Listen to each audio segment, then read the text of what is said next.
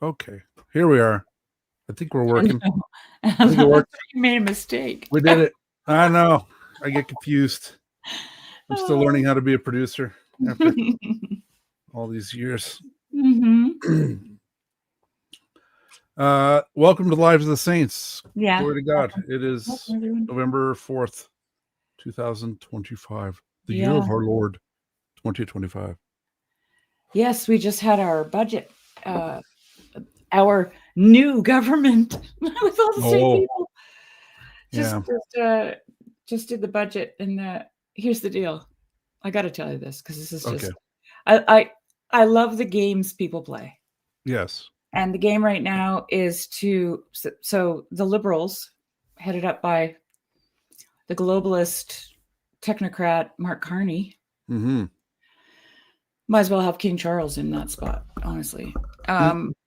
He has a minority government, and in order for him to really do anything, he needs a majority government. So he's been the prime minister for 8 months, and with no budget. Nobody gave. There was really no election, really, was there? No, there was an election. Well, he got. Okay. So Trudeau got deposed. He got chosen as the Liberal Party leader, and then took over the job, which was, democracies just don't do that, right? They hold an election and then, but not anymore.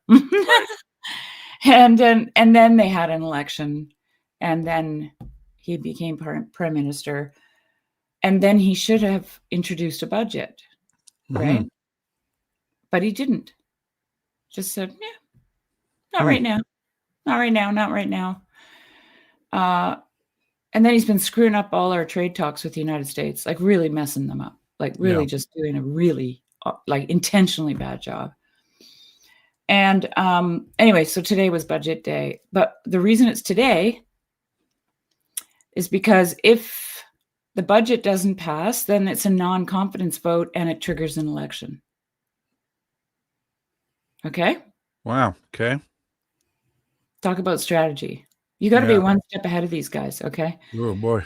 So if he triggers an election, which he really wants to do, then he'll get a majority government at this point in time because people are still hoping. They're still hoping, okay? Mm-hmm. All his cronies, and they literally are cronies. They're all like over the age of 60. They're all hoping he's going to do something, even though he's done nothing. Right. Like zero. Okay. He's done nothing. But he would get voted in as a majority, and then he could go hog wild with this country. So he's basically forcing the opposition. Which he won't. That's the promise, but he won't. He won't do anything. That's right. He won't do anything. So here's the thing. This is what's going to happen. The opposition parties, NDP, Bloc Québécois, and the Conservatives have to pass the budget. So somebody's going to take the upper hand. Either, the Bloc and the NDP are really, the NDP is like just completely shrunk because of Mr. Singh, who was bolstering Trudeau for like 6 years.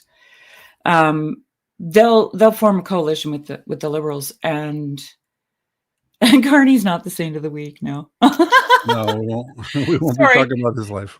Sorry, I just have to explain the insanity of our politics at the moment because it's really interesting to me. It's actually really interesting. So the Conservatives have to oppose the budget because it's just not in their line of thinking. Mm-hmm. The Bloc is not happy with the budget either. And neither is the NDP. But I think they're all going to get together and they're going to decide to keep it so that it doesn't trigger an election. Wow, right. Because nobody wants Carney to be in power, like total power. Wow. Thank you, Sunrise. I appreciate it. That's wild political games you got going up there.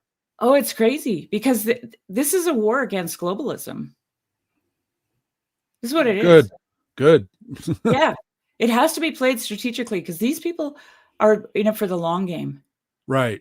Climate change doesn't happen overnight, right? So they're like they're in it for the long game. So it's going to be it's going to make a lot of people seemingly unhappy, because they're going to think, oh, we're going to get an election, but they are not. But the opposition parties aren't going to let that happen, because if they do, Carney's got full control of the country.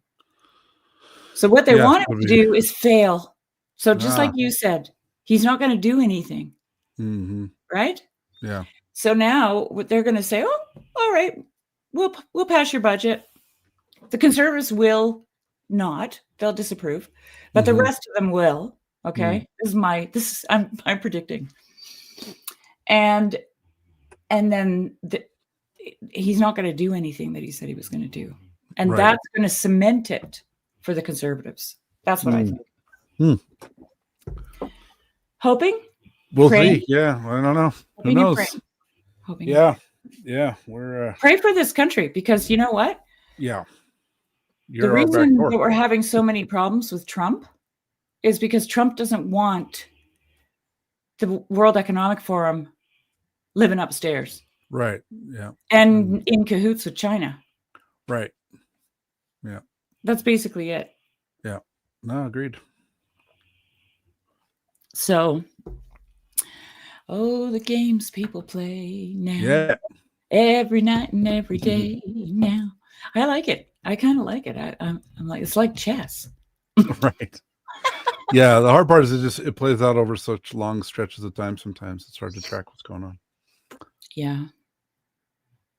So I'm showing off my handicraft here. Look. Nice. I made another sweater. That's beautiful. This one I made for me. And so I spun it all. It's all nice. Spun. This is all my sheep. This is a friend's sheep. And this stuff here, the brown, I bought in a thrift store in Switzerland, but it was hand spun by somebody. Wow. That's cool. I dyed the yellow with lichen. Yeah. You want to see the lichen? That sounds awesome. Yeah, sure. You want to see it? Yeah. Okay.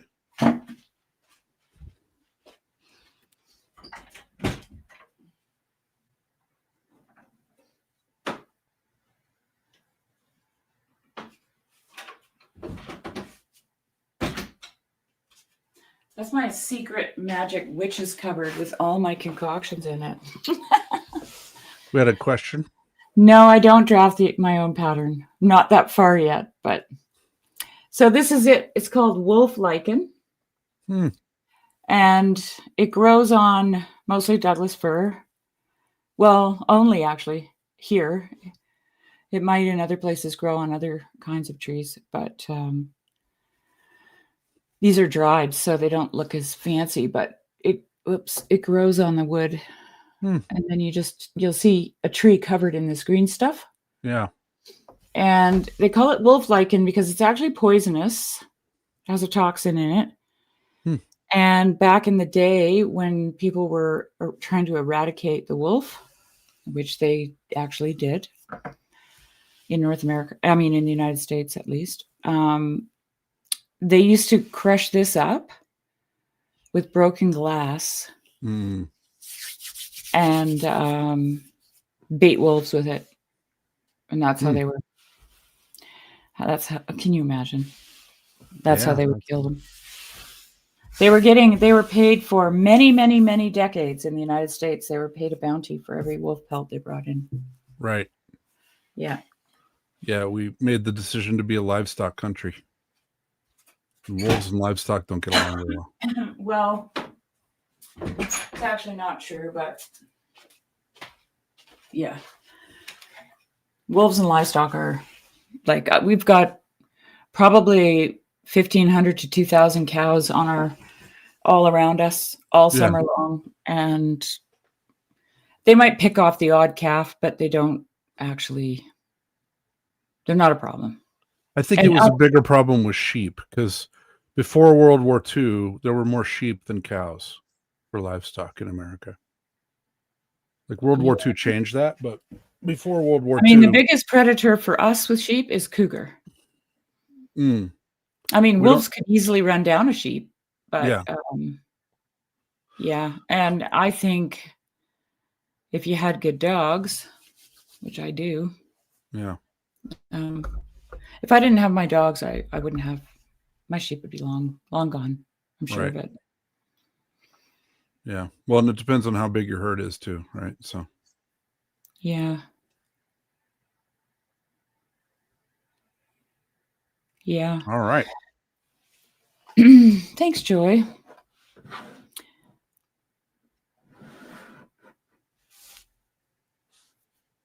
Should we start with a prayer? Yeah, let's do that. Okay. O Lord Jesus Christ, open the eyes of my heart, that I may hear your word and understand and do your will, for I am a sojourner upon the earth. Hide not your commandments from me, but open my eyes, that I may perceive the wonders of your law. Speak unto me the hidden and secret things of your wisdom. On you do I set my hope, O my God, that you shall enlighten my mind and understanding with the light of your knowledge, not only to cherish those things which are written, but to do them. For you are the enlightenment of those who lie in darkness, and from you comes every good deed and every gift. Amen. Amen. Okay, so we have a special guest tonight, not live. We're just using a video. Deacon Serapim, you may know him as Richard Roland, is on a pilgrimage right now in England and Scotland. And he is reading the life of Saint Mungo from the church that is dedicated to him. So we're going now live. We're going to Richard Roland in Scotland. No, not a recipe for American goulash. Hold on.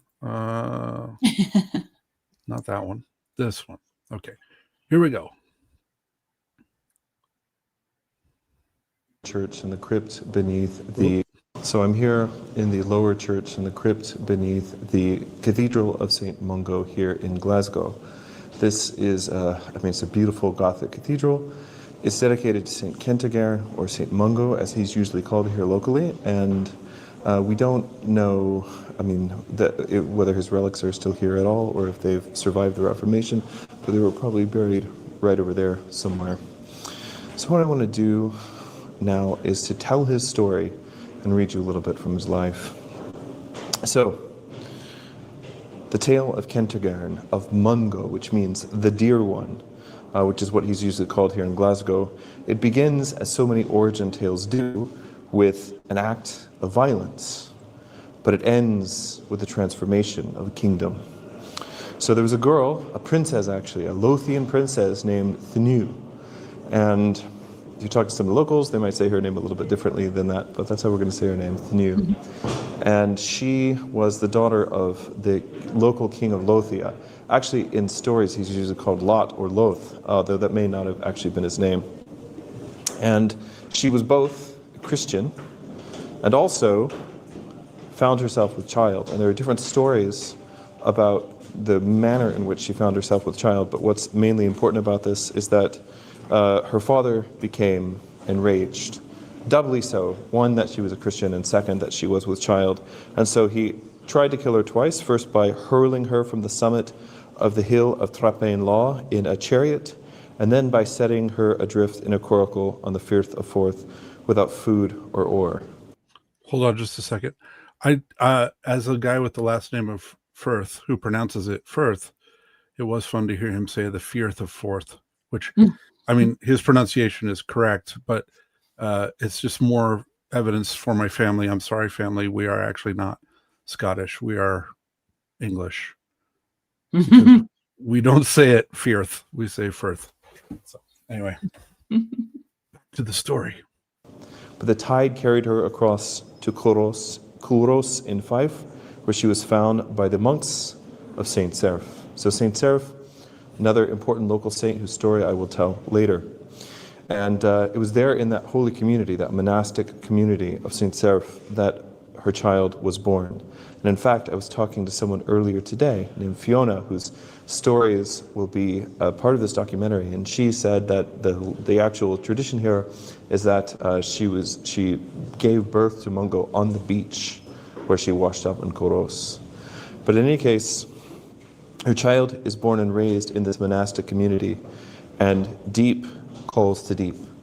And Serf himself becomes the boy's spiritual father, recognizing in him a familiar fire. So his old teacher called him Mungo, which means dear one or beloved one or dear friend. And under his tutelage, the boy grew in wisdom and also in wonder working. So there's these stories around him. Even those early days, the stories of miracles gathered around him like bees to a honeycomb. How he revived Serf's pet robin after some other boys had killed it in jealousy. How he kindled a fire from a frozen hazel branch, which he was supposed to be tending and kind of fell asleep. But he rekindled a fire from a frozen hazel branch when the monastery's flame had died. But a man cannot remain forever in the garden of his childhood. And so when Kentigern came of age, he felt the call to go westward into the wild lands of Strathclyde, where the old gods still held court in the hearts of the people, and the Christian faith was no more than a guttering candle. He traveled there to the kingdom ruled by Rideric the Generous, and there, on the banks of the Mullindinar Burn, where it meets the Clyde, he built his church. This was not an easy mission. The land was heavily contested ground. There were British kingdoms warring with Pictish tribes and Anglo-Saxon raiders. There were still places where the old Druidic ways were tangled with half-remembered Christian rites brought by earlier missionaries. And Kentigern established his monastery, his class, and from that time, and from that center, he worked outward like a weaver on a loom, remaking the spiritual fabric of the region one thread at a time. And the legend says that for this task he was sent many treasures, some say from the Pope in Rome, some say from the Patriarch of Jerusalem, a gospel book containing the holy books containing the holy canons, and most famously Mungo's bell. Many saints of the great age of saints in these lands had holy bells, and Mungo's was rung for altar services, of course, but more famously for the office of the departed. And the miracles that attended his ministry have the quality of parables, each one teaching about something essential about the nature of God's mercy. There's the story of Queen Lengerth's ring. The queen had given her royal ring to a warrior as a token of favor, and the jealous king, discovering this, took the ring from the sleeping knight, threw it into the Clyde, and then demanded that his wife produce it on pain of death. Mungo, hearing of her distress, sent a monk to fish in the river, and the first salmon that was caught held the ring in its mouth.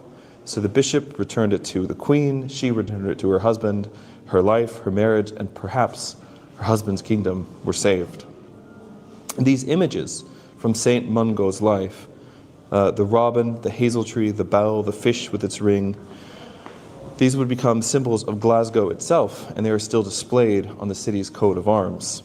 And they are remembered in this rhyme, and there's actually an extra ending to this rhyme in Scots Gaelic, which I'm not going to try to reproduce here. So you have to watch Fiona's retelling of it, because it actually helped make sense of the rhyme for me. But this is how I found it. Here is the bird that never flew. Here is the tree that never grew. Here is the bell that never rung. Here is the fish that never swum. And beneath these four holy things on the city's coat of arms is the inscription, "Let Glasgow flourish," which is actually, these are the first few words of what was supposed to have been St. Mungo's call. Let Glasgow flourish by the preaching of his word and the praising of his name. So for 30 years, Kentigern tended his flock, but not all of those years were peaceful. There was political upheaval that drove him into exile in Wales, where he founded another monastery. It's now St. Asaph, and I couldn't say the name of the place in Wales, but anyway, Father Jacob, who's holding the camera right now, he could say it. And there he met the great Dewi Sant, St. David of Wells, and the two holy men became fast friends, two old trees whose roots had found the same deep waters. I'm going to pause it there and just share the picture real quick of the coat of arms. Oh, cool. Let's see.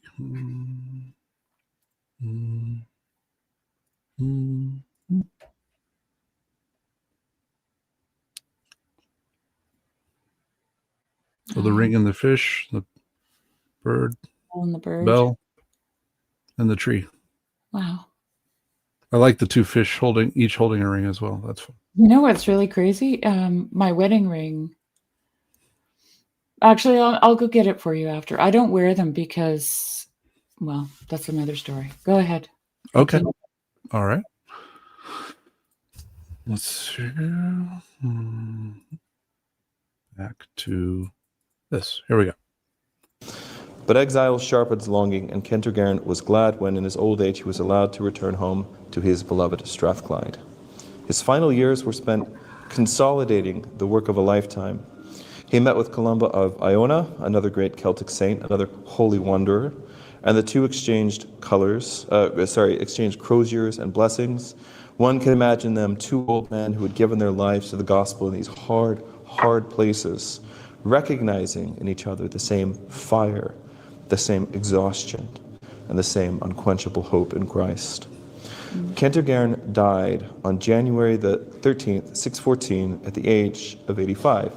And there is a tradition that he died in his bath, but others say that this is actually a misremembering of the true circumstances of his death, which were that he collapsed while performing a baptism. And that's the version of the story that I like. This idea that he just continued the evangelical missionary work of the church right up to the moment of his death.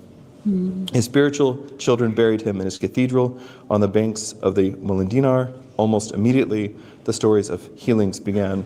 The blind received sight at his tomb, the lame walked, the sick rose from their beds, and his veneration spread throughout Scotland and northern England. His cathedral became a place of pilgrimage and remained so throughout the Middle Ages until the time of the Scottish Reformation.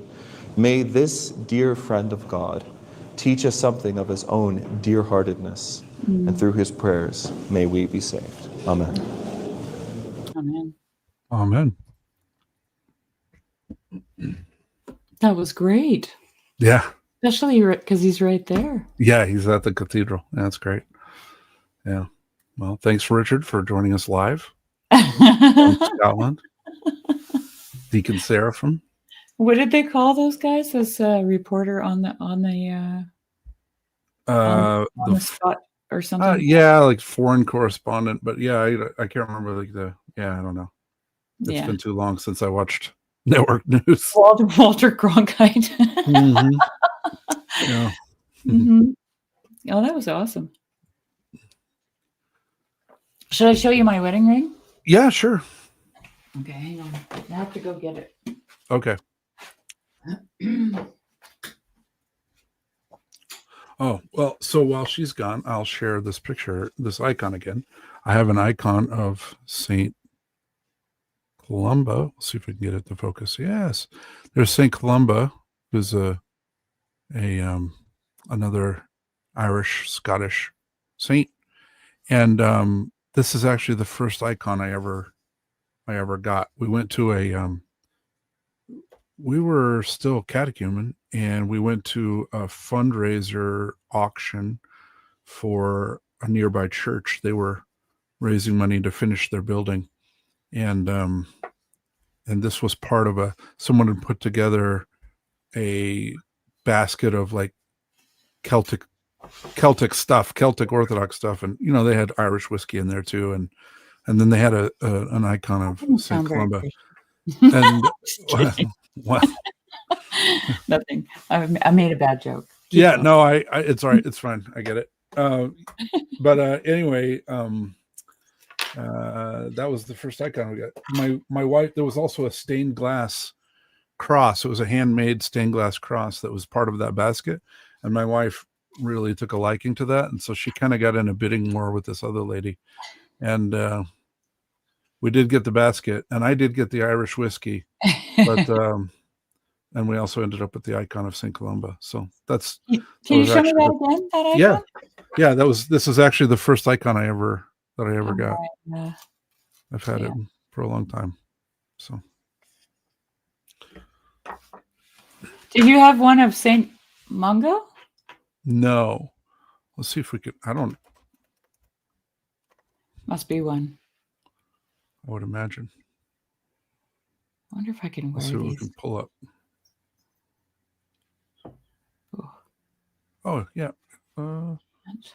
Here's one.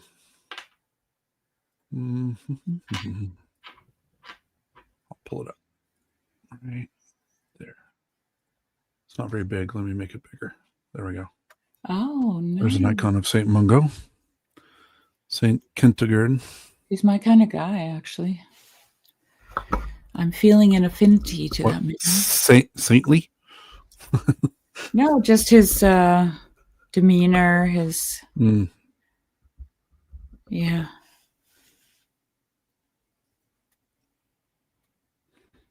And my wedding ring. Okay. See if I can show. Okay, so this is my engagement ring. So my husband designed these, and because I'm a farmer, my hands just got so big I can't wear them anymore. Let's see again. Okay. Oh, can you Oh, there see we go. Yeah. So it's two fish. Mm-hmm. Oh, like And the and they coat of have arms, I see. they have a feather in their mouth. I don't know. Is that clearer? Yes. They have a feather right here. Mm. Right there. Mm. So the fish are us, my husband and me. Mm-hmm. And the feather is our love for each other. And then the wedding band is, we had these made in Victoria. The wedding band is water. See? Oh, yeah. Oh, that's beautiful. I love that. Isn't it? Yeah. That's really nice. And I really wish I had these, Don. I didn't realize that was you, Don. I had these sized once. My brother is a jeweler, so I got him to make them bigger. That's all I can get. Yeah. And I'm afraid to put them on. Right. I probably could shove it on there because but just all the manual labor and stuff. And I milked goats for 23 years. That'll do it. So, when I would shake people's hands, they would like, ugh! Yeah. Yeah. Yeah. Mm-hmm. Yeah. But I just thought that was kind of interesting that it's related. The fish with the ring in their mouth, right? And my rings are fish with a feather in their mouths. Yeah. Right? There you go. Yeah, you gave up on yours. I just find it. My husband doesn't wear his either because it's too dangerous, actually. And his is a wide band with the because he just has the wedding ring, right? So he has the water. Whoops. The water. Nice. Yeah, and he designed these. Wow. Those are great. Yeah. It's making me feel all nostalgic for my rings. Yeah. Ready for Saint Nektarios? Yes. So he's a more modern saint, right? Yes, and I think this is so this saint is the reason why my priest became a priest. The saint, he was reading his life, and he was reading a part of Saint Nektarios' life and felt like Saint Nektarios was talking to him about going into the ministry. So wow. So he did, and his first son is named Nektarios, and they say an akathist to Saint Nektarios almost every night. Apparently, like together they do it. So they're both indebted to him. Yeah, so he's a very special saint to my priest and to our parish. So cool. And his name day is Saturday. So is there any video of Saint Nektarios? I've been no, he's in the 1800s. I've been being served up some beautiful videos of Saint Paisio singing. Oh yeah, That's gorgeous. So let's see. Okay, I am going to put these on, you guys. I'm working them on here. No, I better not. They might have to be cut off afterwards. Gosh. Okay, Saint Nektarios, Cephalus, Metropolitan of Pentapolis. Saint Nektarios, the great wonder worker of modern times, was born Anastasius Cephalus in Celebria Thrace on October 1st, 1846. Since his family was poor, Anastasius went to Constantinople when he was 14 in order to find work. Although he had no money, he asked the captain of a boat to take him. The captain told him to take a walk and then come back. Anastasius understood and sadly walked away. The captain gave the order to start the engines, but nothing happened. After several unsuccessful attempts, he looked up into the eyes of Anastasius, who stood by on the dock. Taking pity on the boy, the captain told him to come aboard. Immediately, the engine started and the boat began to move. Anastasius found a job with a tobacco merchant in Constantinople who did not pay him very much. In his desire to share useful information with others, Anastasius wrote down short maxims from spiritual books on the paper bags and packages of the tobacco shop. The customers would read them out of curiosity and might perhaps derive some benefit from them. The boy went about barefoot and in ragged clothing, but he trusted in God. Seeing that the merchant received many letters, Anastasius also wanted to write a letter. To whom could he write? Not to his parents, because there were no mail deliveries to his village, not to his friends, because he had none. Therefore, he decided to write to Christ to tell him of his needs. My little Christ, he wrote, I do not have an apron or shoes. You send them to me. You know how much I love you. Anastasius sealed the letter and wrote on the outside, to the Lord Jesus Christ in heaven. On his way to mail the letter, he ran into the man who owned a shop opposite the one in which he worked. The man asked him where he was going, and Anastasius whispered something in reply. Seeing the letter in his hands, the man offered to mail it for him, since he was going on his way to the post office. The merchant put the letter in his pocket and assured Anastasius that he would mail it with his own letters. The boy returned to the tobacco shop, filled with happiness. When he took the letter from his pocket to mail it, the merchant happened to notice the address. Astonished and curious, the man could not resist opening the letter to read it. Touched by the boy's simple faith, the merchant placed some money in an envelope and sent it to him anonymously. Anastasius was filled with joy, and he gave thanks to God. A few days later, seeing Anastasius dressed somewhat better than usual, his employer thought that he had stolen money from him and began to beat him. Anastasius cried out, I have never stolen anything. My little Christ sent me the money.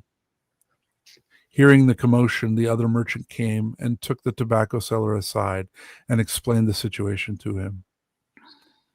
When he was still a young man, Anastasius made a pilgrimage to the Holy Land. During the voyage, the ship was in danger of sinking in a storm. Anastasius looked at the raging sea and then at the captain. He went and stood beside the captain and took the helm, praying for God to save them. Then he took off the cross his grandmother had given him, containing a piece of the cross of Christ, and tied it to his belt. Leaning over the side, he dipped the cross into the water 3 times and commanded the sea, Silence, be still. At once the wind died down and the sea became calm. Anastasius was saddened, however, because his cross had fallen into the sea and was lost. As the boat sailed on, sounds of knocking seemed to come from the hole below the waterline. When the ship docked, the young man got off and started to walk away. Suddenly the captain began shouting, Cephalus, come back here. The captain had ordered some men into a small boat to examine the hole in order to discover the source of the knocking, and they discovered the cross stuck to the hole. Anastasius was elated to receive his treasure and always wore it from that time forward. There is a photograph taken many years later showing the saint in his monastic scuffia. The cross is clearly visible in the photo. On November 7th, 1875, Anastasius received monastic tonsure at the Nektarios Monastery on Chios and the new name Lazarus. 2 years later, he was ordained a deacon. On that occasion, his name was changed to Nektarios. Later, when he was a priest, Father Nektarios left Chios and went to Egypt. There, he was elected metropolitan of Pentapolis. Some of his colleagues became jealous of him because of his great virtues, because of his inspiring sermons, and because of everything else which distinguished Saint Nektarios from them. Other metropolitans and bishops of the Patriarchate of Alexandria became filled with malice toward the saint, so they told Patriarch Sophronius that Nektarios was plotting to become patriarch himself. They told the patriarch that the metropolitan of Pentapolis merely made an outward show of piety in order to win favor with the people. So the patriarch and his synod removed Saint Nektarios from his see. Patriarch Sophronius wrote an ambiguous letter of suspension, which provoked scandal and speculation about the true reasons for the saint's removal from his position. Saint Nektarios was not deposed from his rank, however. He was still allowed to function as a bishop. If anyone invited him to perform a wedding or a baptism, he could do so, so long as he obtained permission from the local bishop. Saint Nektarios bore his trials with great patience, but those who loved him began to demand to know why he had been removed. Seeing that this was causing a disturbance in the Church of Alexandria, he decided to go to Greece. He arrived in Athens to find that false rumors about him had already reached that city. His letter of suspension said only that he had been removed, quote, for reasons known to the patriarchate, unquote, and so all the slanders about him were believed. Since the state and ecclesiastical authorities would not give him a position, the former metropolitan was left with no means of support and no place to live. Every day he went to the minister of religion asking for his assistance. They soon tired of him and began to mistreat him. One day, as he was leaving the minister's office, Saint Nektarios met a friend whom he had known in Egypt. Surprised to find the beloved bishop in such a condition, the man spoke to the minister of religion and education and asked that something be found for him. So Saint Nektarios was appointed to be a humble preacher in the diocese of Bithynia and Euboea. The saint did not regard this as humiliating for him, even though a simple monk could have filled that position. He went to Euboea to preach in the churches, eagerly embracing his duties. Yet even here, the rumors of scandal followed him. Sometimes while he was preaching, people began to laugh and whisper. Therefore, the blameless one resigned his position and returned to Athens. By then, some people had begun to realize that the rumors were untrue because they saw nothing in his life or conversation to suggest that he was guilty of anything. With their help and influence, Saint Nektarios was appointed director of the Rosarios Seminary in Athens on March 8, 1894. He was to remain in that position until December of 1908. The saint celebrated the services in the seminary church, taught the students, and wrote several edifying and useful books. Since he was a quiet man, Saint Nektarios did not care for the noise and bustle of Athens. He wanted to retire somewhere where he could pray. On the island of Aegina, he found an abandoned monastery dedicated to the Holy Trinity, which he began to repair with his own hands. He gathered a community of nuns, appointed the blind nun Xenia as abbess, while he himself served as father confessor.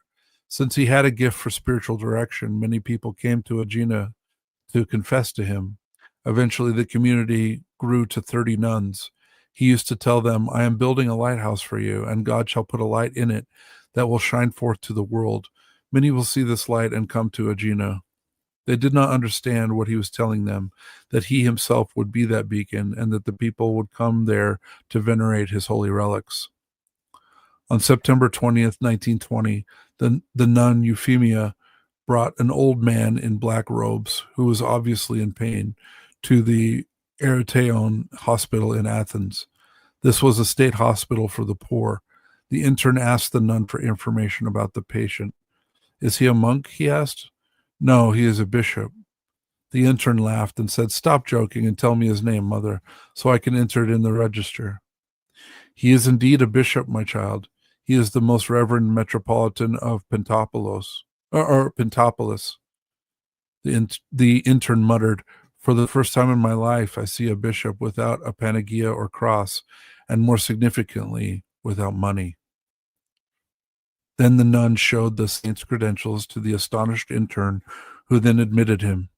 For 2 months, Saint Nektarios suffered from a disease of the bladder.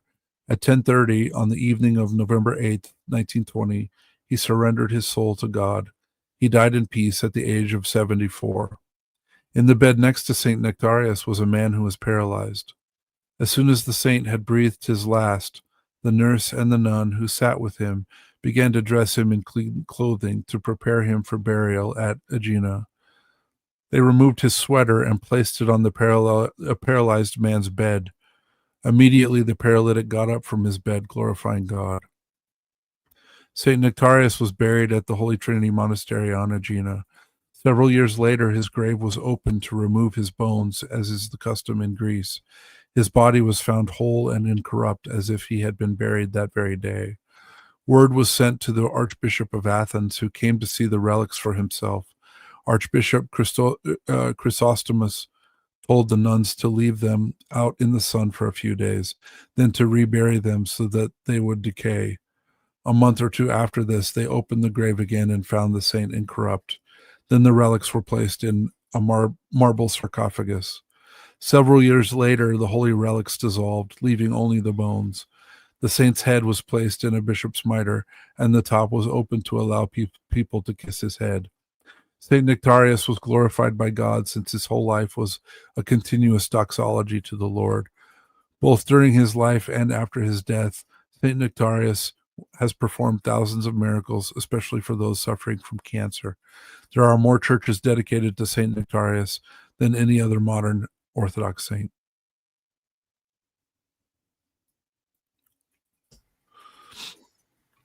You asked if there was a photo or a video of him, but there's not. But there is a movie made about his life. Okay. Called Man of God. Let's see. Yeah, here's the trailer for it. I'll share the trailer. Oh, hold on. Okay. One sec. This is a fantastic film, by the way, and it is. I think it's on YouTube. I think you might have to pay. Is it newer? Yeah. Oh, I started it, but I never finished it. Well, now you know it's Saint Nektarios. Yeah. I will. Sorry. Yeah. Goosebumps. Yeah, it's a fantastic film. It's really well made, high production, great script, great acting. It's very good. It's a good movie. Yeah. I mean, it's the life of Saint Nektarios as well. So, wow, that's fantastic. I'm gonna have to watch that one now. I'm just such a, I don't know what it is. Actually, my mother watched my talk at South Estuary. Oh, really? Yeah. And she wrote me back. Actually, she FaceTimed me because they live in Ontario now. Mm-hmm. She FaceTimed me and she said, Shari, you said that you always felt alone in that talk. I said, yeah. She goes, well, I was thinking to myself, but she always wanted to be alone. I said, yeah, you're right. I did. So, my family would sit around and watch, the Friday night movie or the Saturday night movie. And I would go in my room and play my guitar or read, Mm-hmm. Yeah. I'm social. Like I am. I mean, you've met me. Many people here in the chat have met me. But I didn't know I was an introvert until I found out that an introvert is someone who's energized by their solitude. Yeah. They can still be social. Right. And I just assumed because I liked being social that I was an extrovert, but I'm not. I'm an introvert. Yeah. So, yeah, it's like,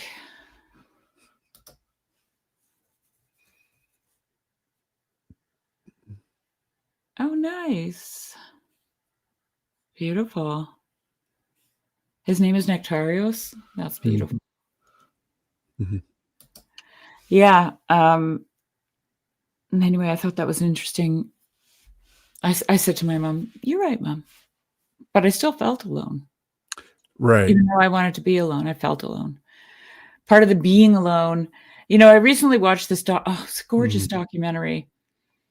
You should look it up. Maybe you could play 2 seconds of it. It's called, well, maybe I'll send it to you, actually. It'll be easier. I sent it to Yevgeny because it's about this little man Tracy sent it to me, my sister.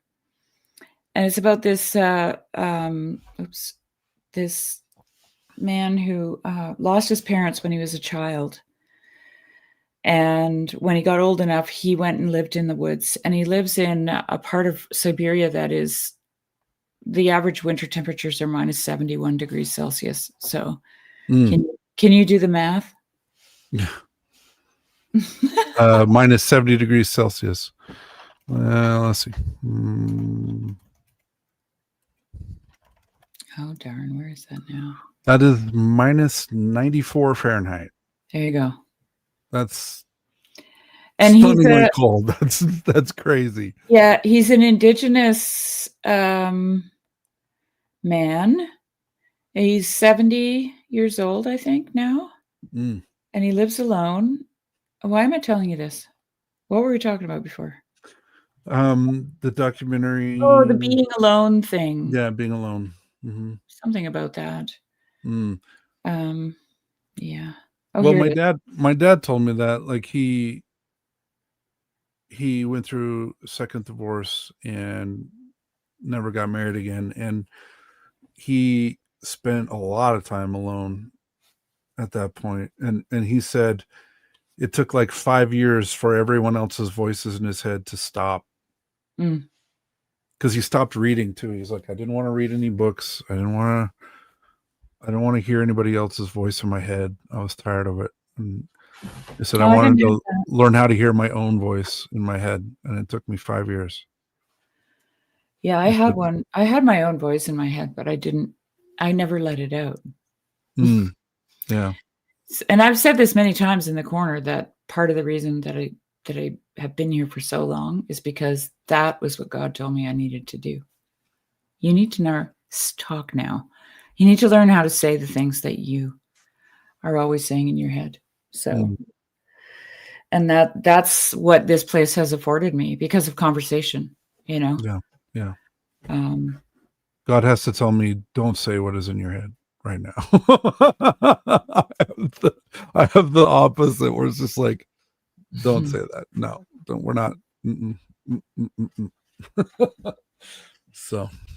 Yeah, like I actually have changed a lot, like, because of this place, in that sense, where I have the courage to say what I'm thinking. But that's only because I've had the opportunity to,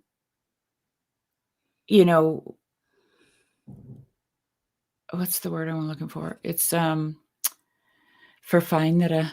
It's the German word. Like, make it understandable to other people, like really boil it down to the, because I actually have a hard time expressing myself, which most people don't believe. They're like, what? Yeah. But there's a lot of stuff up here. Like it's like really jam-packed. Yeah. I think I don't know if I mentioned this before. I was talking to my wife a couple of weeks ago, and I said, I've realized that women get like spiritual downloads at night while they're sleeping, right? But they can't say it, and men are trying to talk about it to find it, but can't know it. It's like we just both come at it from different ways, but yeah. Oh, that's what I was going to say about that documentary. The guy lost his parents at a really young age, and it was very traumatic for him. And at one point in the show, in the film, he sets up like a plastic bowl and a jar and a cup, and and he plays this little drum thing, and he sings his own songs, and he sings this song to his mother about how much he loves her and that she shouldn't worry about him. And wow. he chooses a life of solitude, right? He's I think he's 30 kilometers. Like it takes him 5 hours to walk to the village. Wow. And and he's been living there for 20 years apparently. So he moved there when he was in his late 40s or something, and then he's close to 70 now. He was born at 57. So he's That's my dad was born in 56. my husband, excuse me, my husband is born in 57, but he doesn't look as old as that guy. But well, your husband doesn't live at negative 71 Celsius. Alone. Yeah, alone. So I did put a link in the chat, but I'll play it for just a minute. We can look at it. Yeah, it's so beautiful. And it's done by a woman. I checked out her channel, and she's got all these videos from this part of Russia. Some are more, urban, if you can call them that, but yeah. In the vast, endless icy forest of Siberia, where the temperature dropped to unbelievable -71 degrees Celsius, lies a small wooden house. This is the home of Samuel. For the past 20 years, Samuel has chosen to live far away from civilization, together with bears and wolves, in one of the harshest environments on Earth. Samuel's days begin with a routine that is both essential and demanding. Every morning, he rises early to listen to the news on his radio, his only connection to the outside world.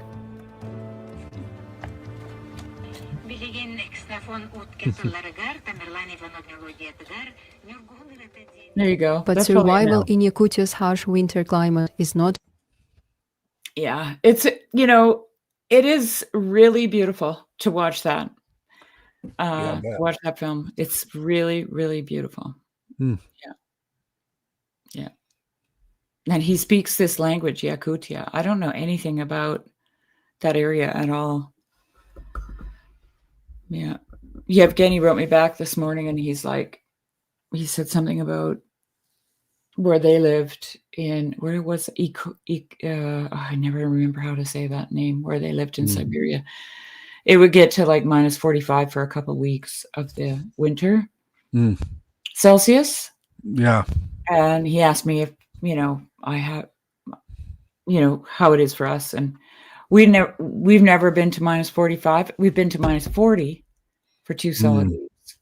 And then with a wind chill, it was like -45.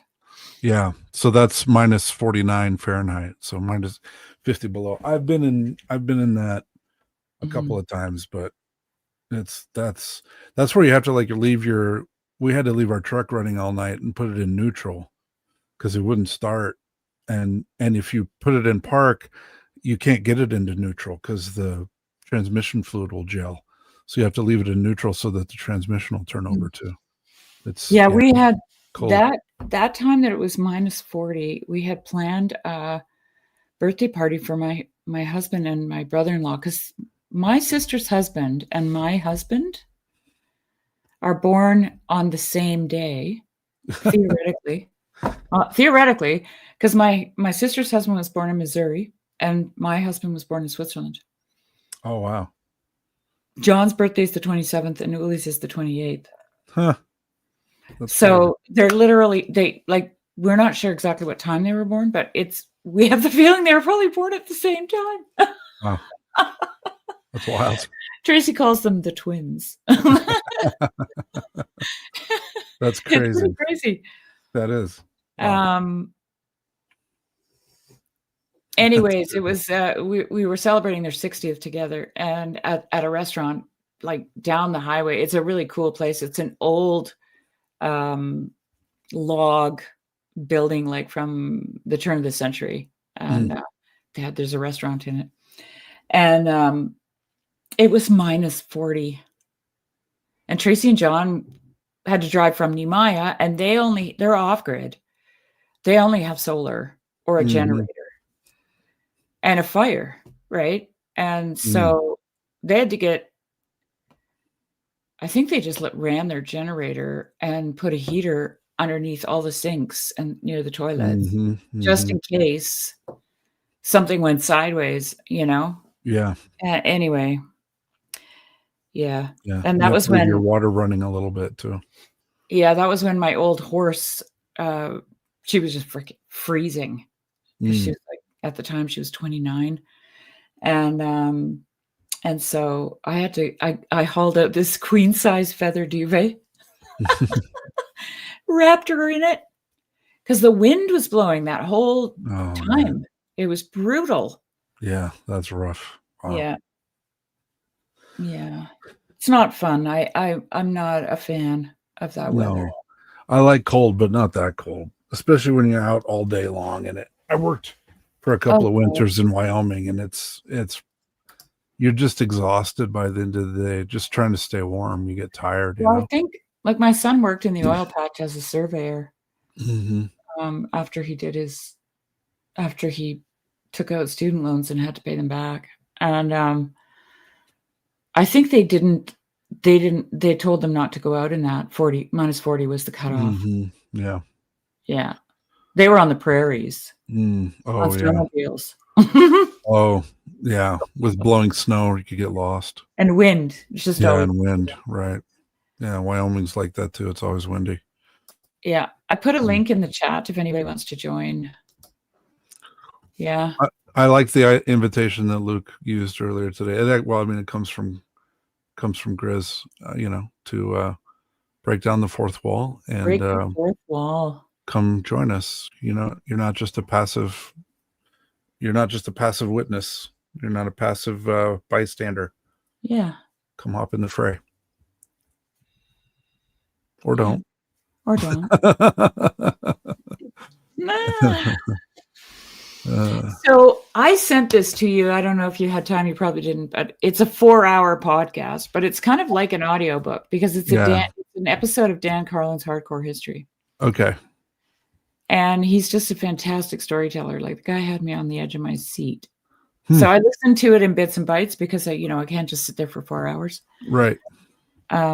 Actually I downloaded it and then I took it with me on chores or whatever, and then when I went to town yesterday, I ran it in the car to finish it up. But, excuse me. I'm sorry. It was the most bizarre story. And here's the reason I found it. I looked for it because I don't know, it was like 4 or 5 years ago. I was just trying to understand the Protestant Reformation better because I knew I only had limited knowledge about it. Right. I kind of had the happy parts. Right. Yeah. No, I'm just kind of skipping through it to show. Yeah, this is actually, it's not his podcast. It's Higher Frequency. I don't know who that is, but I don't know how they got away with it, but it's been up for how long? It's been up for a while. A few years. 2 years, yeah. Yeah. Oh, it's not monetized. That's probably why. Okay. Anyway. Yeah, because you can still listen to it on his website or on Spotify, but it's behind a paywall. Oh, I see.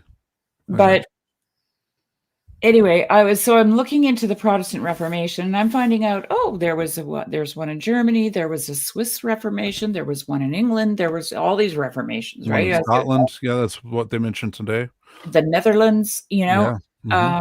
And anyway, the one thing I did know was that the early reformers were not fans of the Anabaptists. And I knew that because of the Fraumünster and the Großmünster in Zurich are the two big churches in Zurich, right on the Limmat. And, there's a historical plaque where Ulrich or Huldrych Zwingli was taking Anabaptists down to the river and giving them what they called their third baptism, which meant drowning them.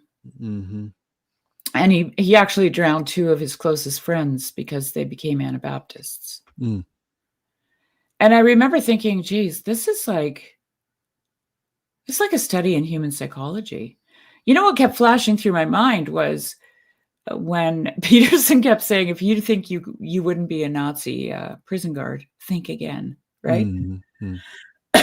Anyway, in that in that kind of like looking for more information on this Reformation history, I ran across an essay in some academia.edu, you know, or JSTOR, whatever that is.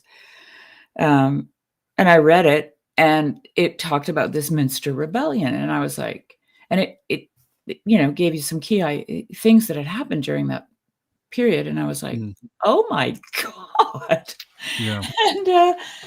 And then whenever I wanted to find out more about it, I couldn't find anything. Nothing. It was like crickets. No books. You know, I actually didn't look for videos. I was looking for like people writing about it. So Dan Carlin said he had a hard time finding information on it. So he said there's lots of books in German, but they're not translated into English. And there's like just very few in English, which he found kind of interesting. Yeah. But the 30 Years War was horrifying.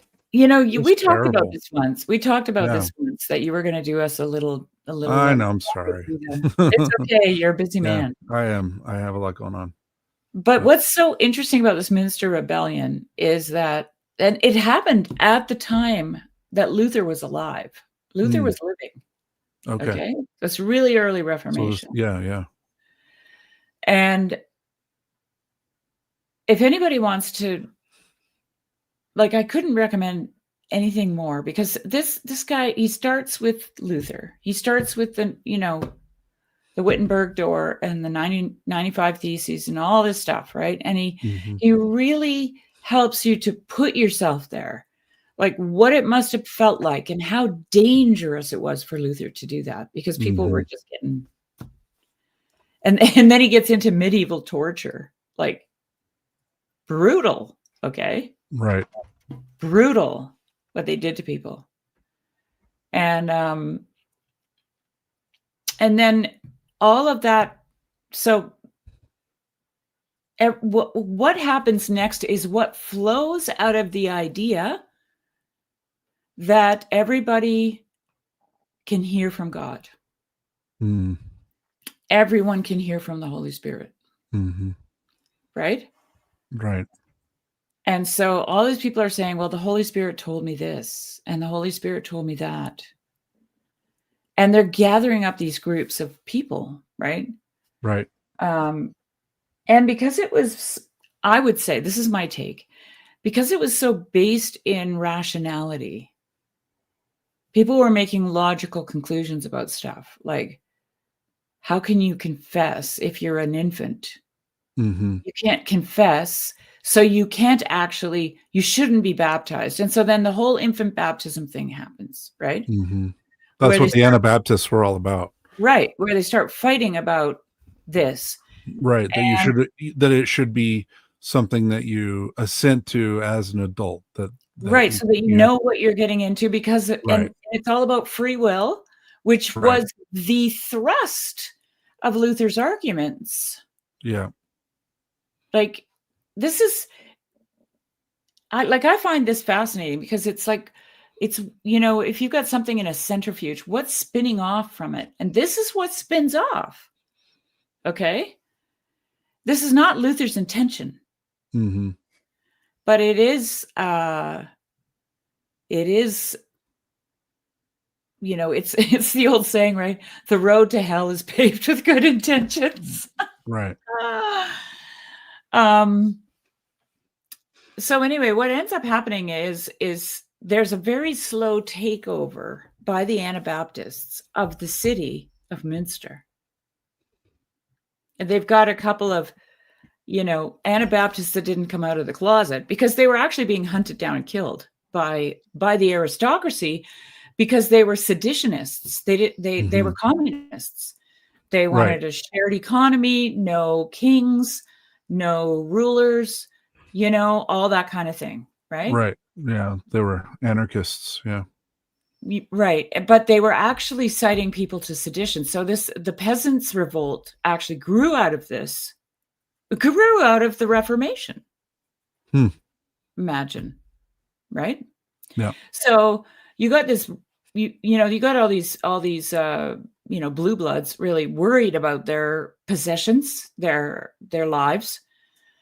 And then you've got all these reformers, or people who have been reformed, right, away from the Catholic Church, who are now just exercising free will, and they're all hearing from the Holy Spirit. Okay, right.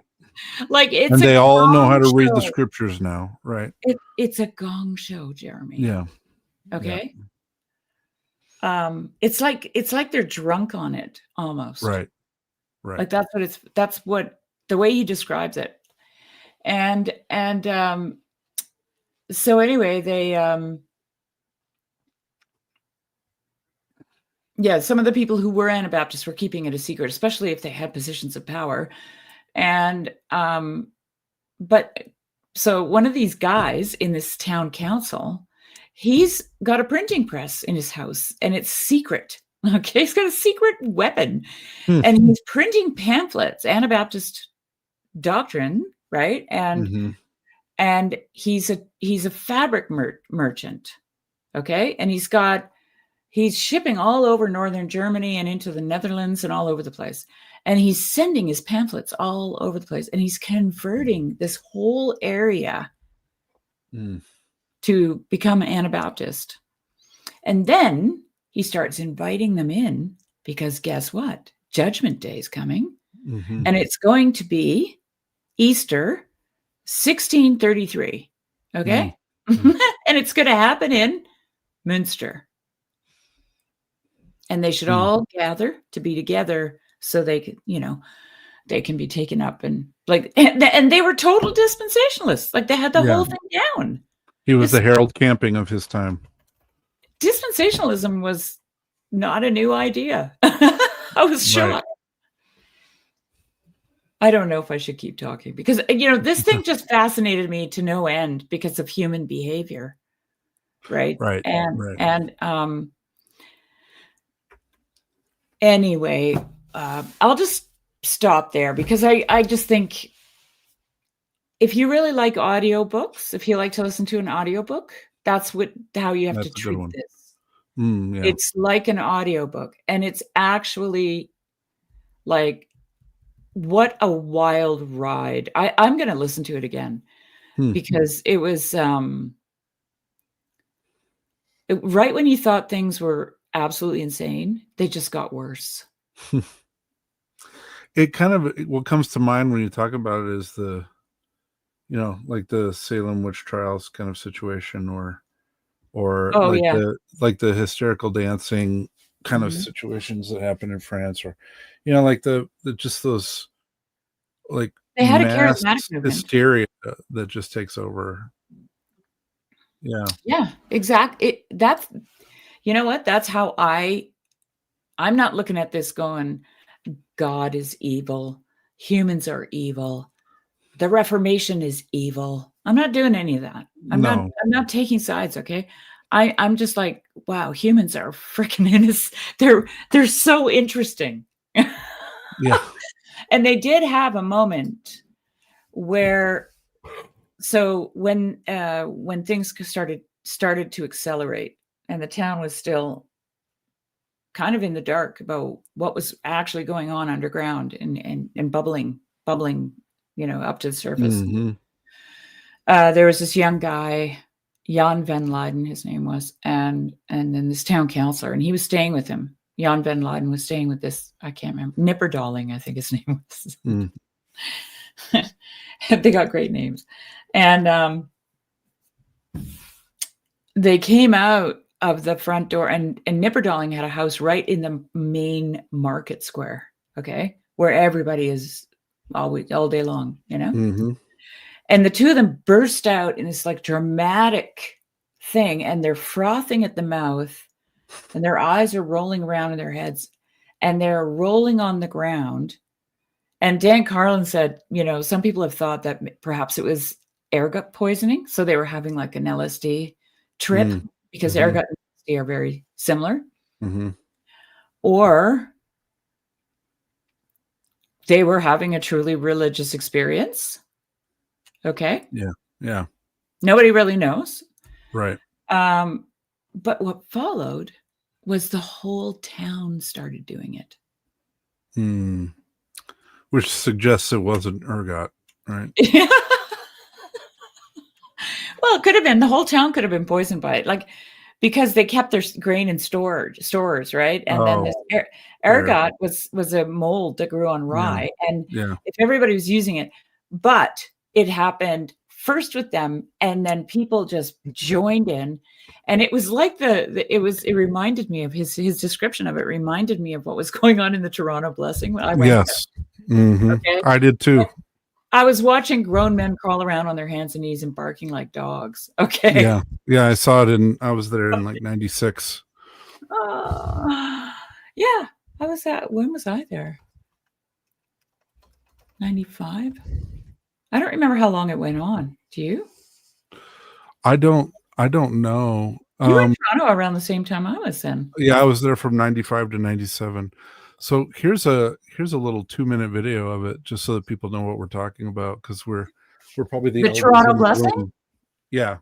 Oh man, it wasn't as big in the States. I just know it because I was in Toronto at the time, and this was pretty wild. I went there. I did too. Yeah, I went and saw it. Oh, let's see. I'll share it. It's coming. It's coming. Here we go. It began January 20th, 1994. You couldn't walk straight. People don't know what to do. Some called it unusual. Just get so full that they're just, wow. I carried her home. Others called it interesting. Their lives are totally transformed. You lived through it. It was unprecedented. And I don't know about that. Hundreds of thousands of people drew to a city, a church, to experience the Toronto Blessing. If you could call it that, I guess. This is tame. Yeah. Oh, no. Well, this is nothing like what I saw. Right. With Enya. Oh, boy. Soaking prayer? Yeah, I'm going to turn it down just a little bit there so we don't get in trouble with copyright. Holy laughter. Yeah, holy laughter, yeah.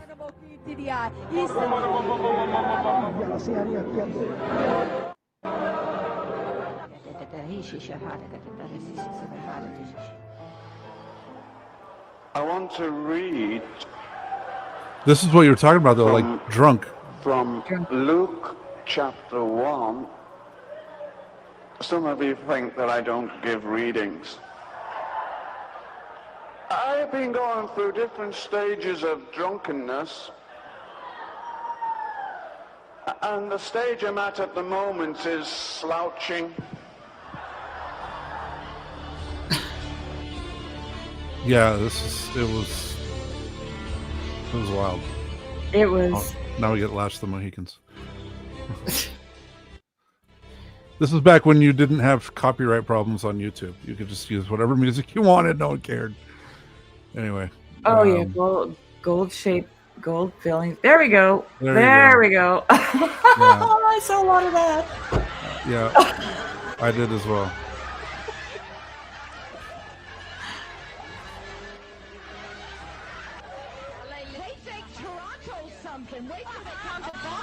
Okay, so this was happening in 1633 in Münster. Okay, the same thing. Yeah. Oh, it's wild stuff. I lost my how old was he at the time? It was before we moved, so he must have been 8-year-old son. Suddenly I'm like, where's Nat? Because my kids were there with me, and I was trying to hang on to them. But the place was packed, right? And I'm like, where'd Nat go? And I'm running around, and it's a huge place. Like, it's huge where I was. I don't know where you were, if they moved it, but I just it was huge. It was a huge place, and I'm running around looking for him, and I find him on the floor, and all these men are laying hands on him, and he's vibrating, right? Nat is. But to me, he looked like he was trying to get up, and they kept pushing him down. Mm-hmm. You know? Yeah. And I lost my shit with him. I was like, are you out of your mind? This is a child. Yeah. What are you doing? Mm. So angry. Yeah. It was weird. But anyway, so, I'm listening to So this. what drew you there, though? I mean, I was a missionary, so I was probably too curious for my own good. So I wanted to see what people were talking about. So we had I some. went there with a dear friend who wanted to go there. Okay.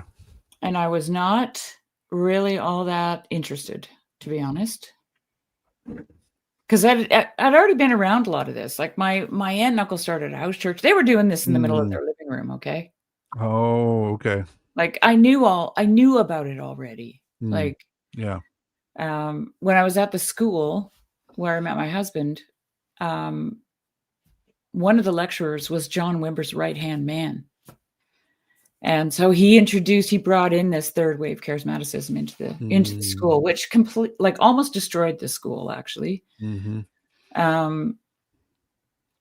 It didn't leave things very peaceful, I have to say. A lot of, people left, other people, wanted to fight, and it was just, yeah. And I, being who I am, I just kind of sat back on the sidelines and ate my popcorn. And watched and took it in and thought, no. Okay. Because it was like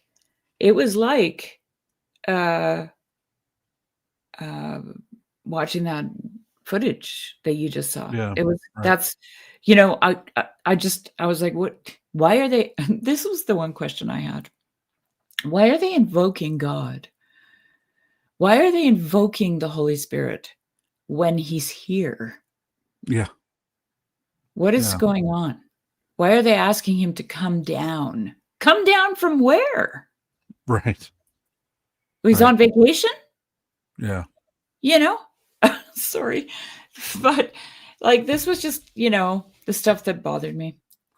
So Joy mentioned, this was the final straw for me into Orthodoxy last year. Had a hysteric 45-minute deliverance facilitated by loved ones. One should see what's happening in West Africa. It's gone viral. Yes. Hellish. Oh, yes. I know a little bit about what you have been through. Not a lot. I wasn't there, but I probably would have lost my cool. Because that stuff makes me angry, actually, because it's anyway, I don't want to offend anybody. But I have a friend who went to Haiti on her mission, and she said same stuff there. And then a friend who went to South Africa, same stuff there. Where it's just like they would mix, voodoo with Christian stuff, it was wild. Both of them told me stories that I'll never forget, but I can't retell. But here's the problem, Jeremy, because I did say earlier, is this like a study in human psychology? Okay. Like you mentioned the dancing epidemic in France. That wasn't religious. Okay. And historians always want to put it down to ergot. But right.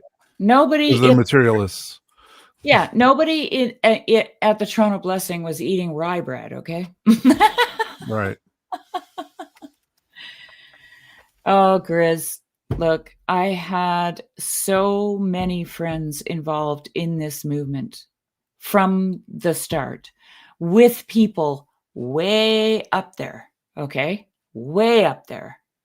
I'll tell you what happened to almost every single one of them. Sexual infidelity and immorality. That's what happened. My friends, I'm not saying all the people at that church. The people I know, they swapped wives, they left their wives, they left their children, my husband and I just stood back and were like, what is, happening? Yeah. And they were all part of that. Like really, really involved in it. So I'm not saying that it always leads to that, but that's all I saw from it. Unfortunately. But anyway, but you know, watching the or listening to that podcast, it was like, man, that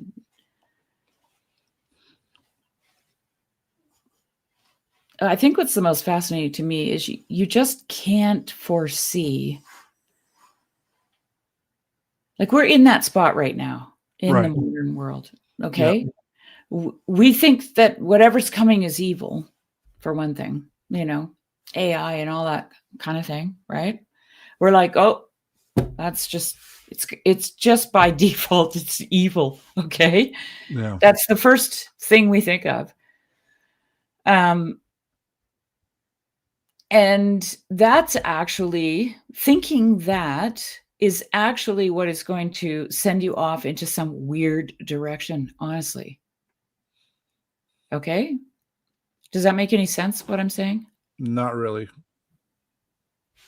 Thinking what? Thinking that what's coming is evil, that you know something, that you can know. Oh, yeah, right. Yeah. Okay. Thinking that yes. can send you off into the weirdest direction. Like you just, yeah, that's right. You that's the thing that you really can't foresee. Okay. Right. But because you're thinking that what you're thinking about is good, you know, you're a good person, and that's an evil thing. And I'm a good person, and I have to avoid the evil thing. And then all of a sudden, you know, this whirlwind of dialogue, right? All the talk sends you off into a direction that is, like Joy said, hellish, right here. Yeah. Hellish. Okay. Suddenly you're in hell, and you're like, and this is what happened to these people. You know, it literally turned into hell. Yeah. It's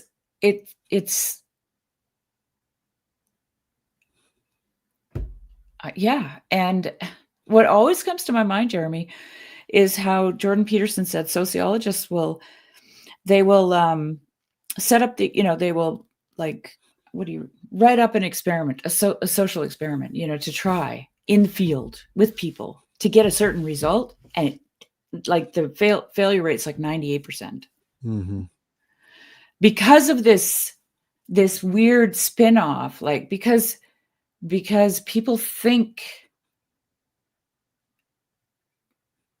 that, you know, just for lack of a better example, they think they're moving towards evil, and so they have to veer off towards the good, right? Because I actually think people are always, you know, reaching for the good.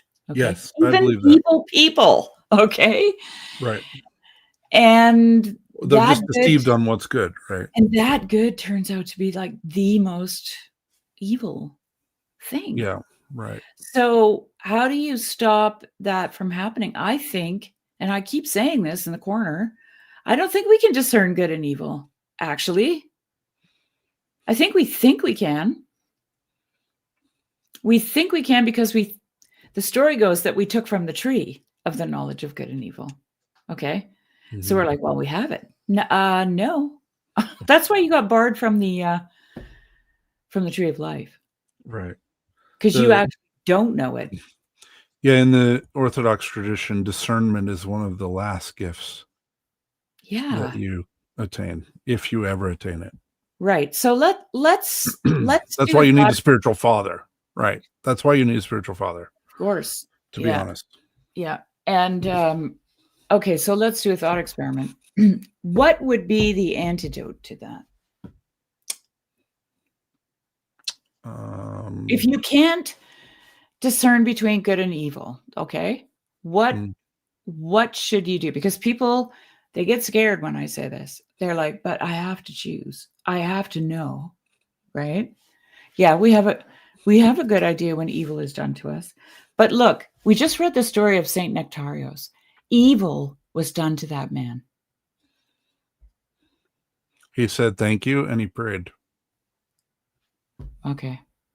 I mean, I just from the trailer, what I noted was his humility. Right. And he had a sense that whatever was happening to him was, my favorite phrase, oh, wild. Something just blew my watering can across the yard. It was unto his salvation.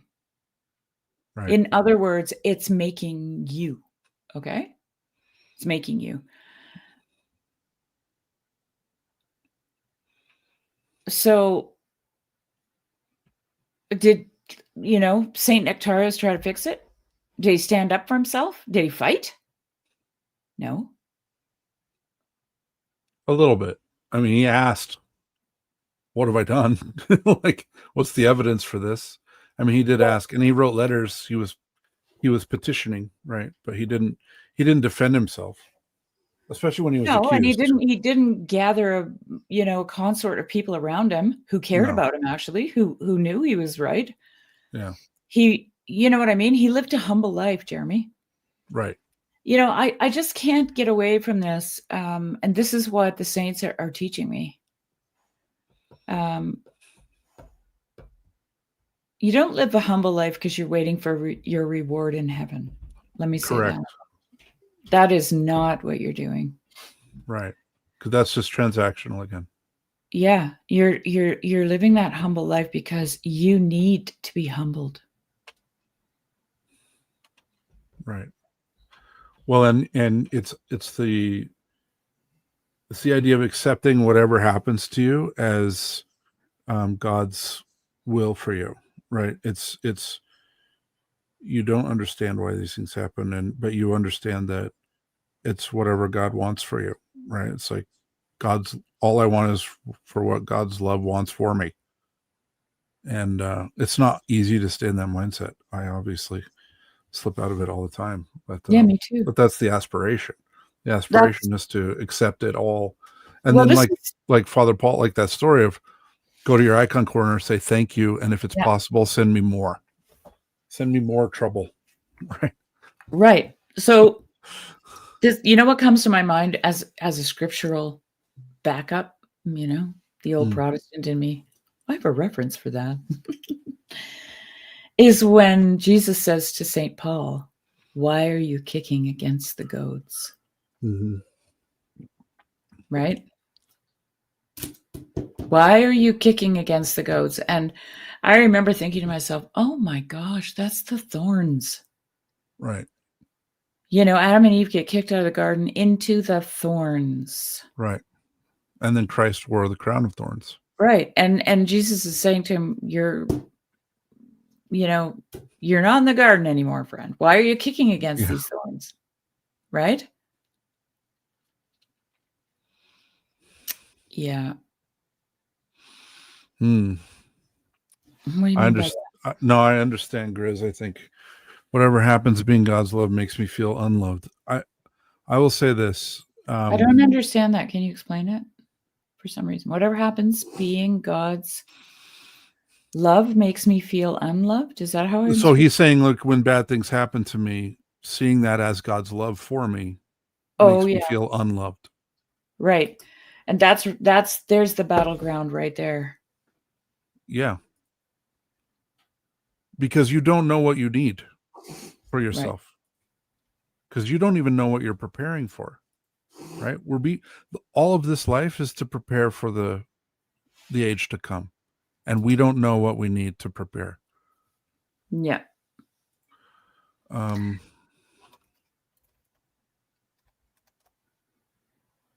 Well,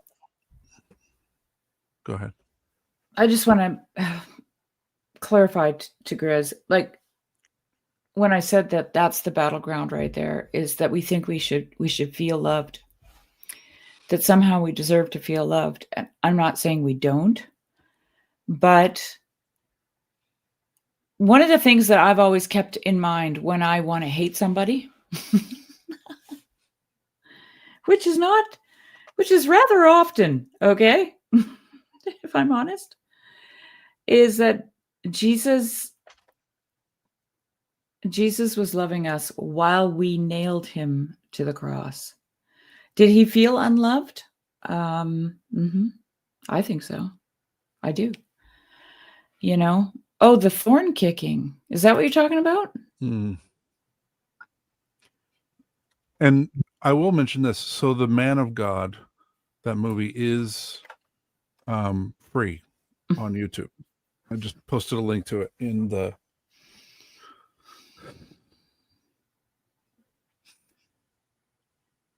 What do you say to that, Jeremy? I don't know. I don't think none of us know that, Grizz, that you need to feel trapped and hopeless for a long time. Well, I would say what helps me break out of those times of my life is by starting to focus on all of the things that God has already done for me or that is doing for me. And it's simple. I'm grateful for this coffee. I'm grateful for this coffee cup. I'm grateful for my pillow. I'm grateful for my friend. I'm grateful for this YouTubes, for this interwebs, so that we can have these conversations. I'm grateful. But I mean, it's little things. I'm grateful for this dog. I'm grateful for this food. I'm grateful for this fork. I'm grateful because all of it's a gift. I'm grateful for the breath that's in my lungs right now. I'm grateful for the socks that are in my drawer. You know, I like, there are always things to be grateful for. And when I start spiraling into my own sorrow, what helps me snap out of it is trying to turn my focus to all of the ways that God has already shown me his love for me. And there are times where I am in pain. There are times where my life is difficult, but I try to think of it kind of like being in pain in martial arts class, or being in pain at football practice, or even in a football game, right? When you're in a football game, you're miserable. Like, I've played football in the snow and you're freezing and it hurts. And every time you get hit, it hurts more. And you can't get enough, right? Like, because you're there with your friends and you're all trying to stay focused on the game and not focused on how much your arm hurts after you just got a helmet right in the shoulder, you know, and it's 10 degrees outside, right? The pain that you're feeling is real. I'm not saying that. It's not that. It's that the pain can have meaning. And when the pain takes on meaning, it's transformative, right? Like, the pain of playing in a football game has a different meaning, has a different context. And so if I just stood in the cold and focused on how miserable I was, I would no longer be in the game. I would no longer be playing. And so for me, it's like trying to stay focused on what's the game I'm playing and what's going right. What am I grateful for? You know, there's also the Jocko Willing approach. This is another mindset that my priest recommends a lot. When things are going wrong, you just say, good. Well, this is Good. the Wim Hof. This is, this is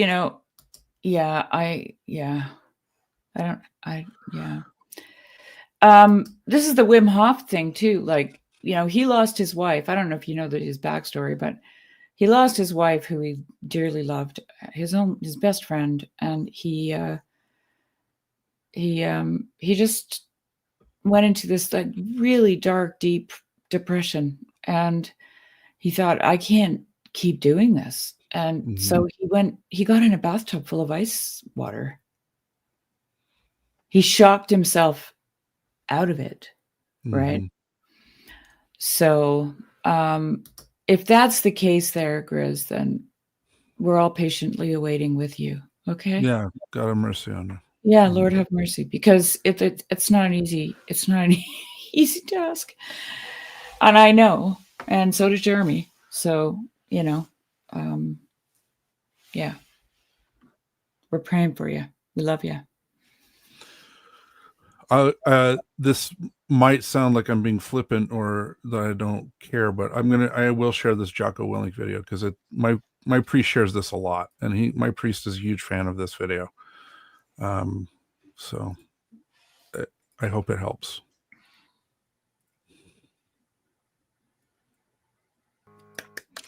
This is the true meaning of repentance.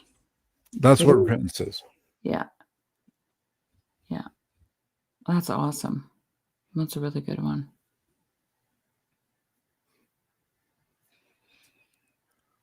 So I know what it is to struggle, Grace. I understand.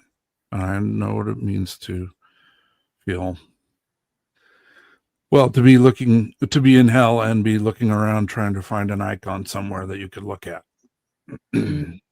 But there is one there. Because there's nowhere you can go that Christ hasn't been. And you just get up and you dust off and you say, thank you that I'm here today. Thanks for giving me one more day. That's it. And you, even if it's only 5 minutes, you just have to try to find something that you can do in 5 minutes to move.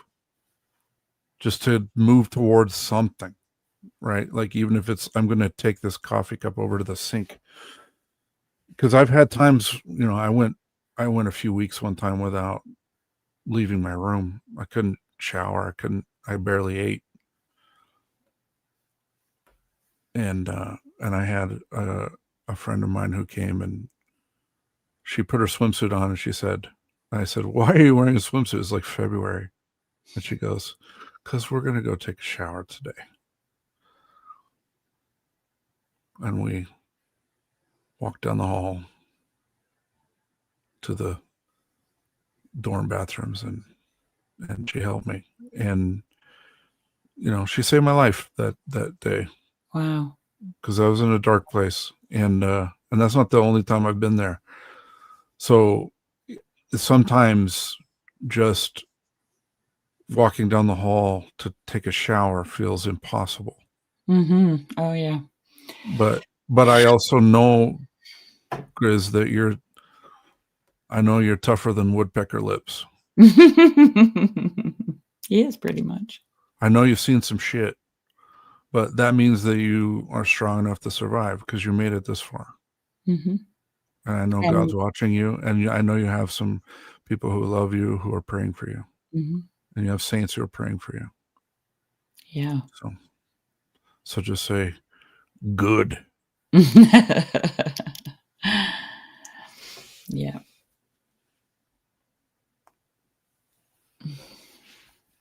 I mean, from 2007 till 2016,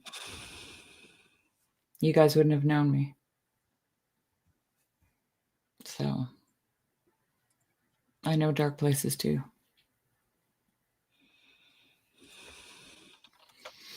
Now we have to read Acquainted with the Night. Oh, you're just full of surprises tonight, Jeremy. This is probably my favorite poem. I will bring it up. Warning ahead of time, it's going to be bright. It's a white screen, so look away now if you don't want to be blinded. Wait, before you do that, I just want to say okay, sorry. one thing. Well, you can just leave. Well, just no, I'll remove it down so we don't read it ahead of you.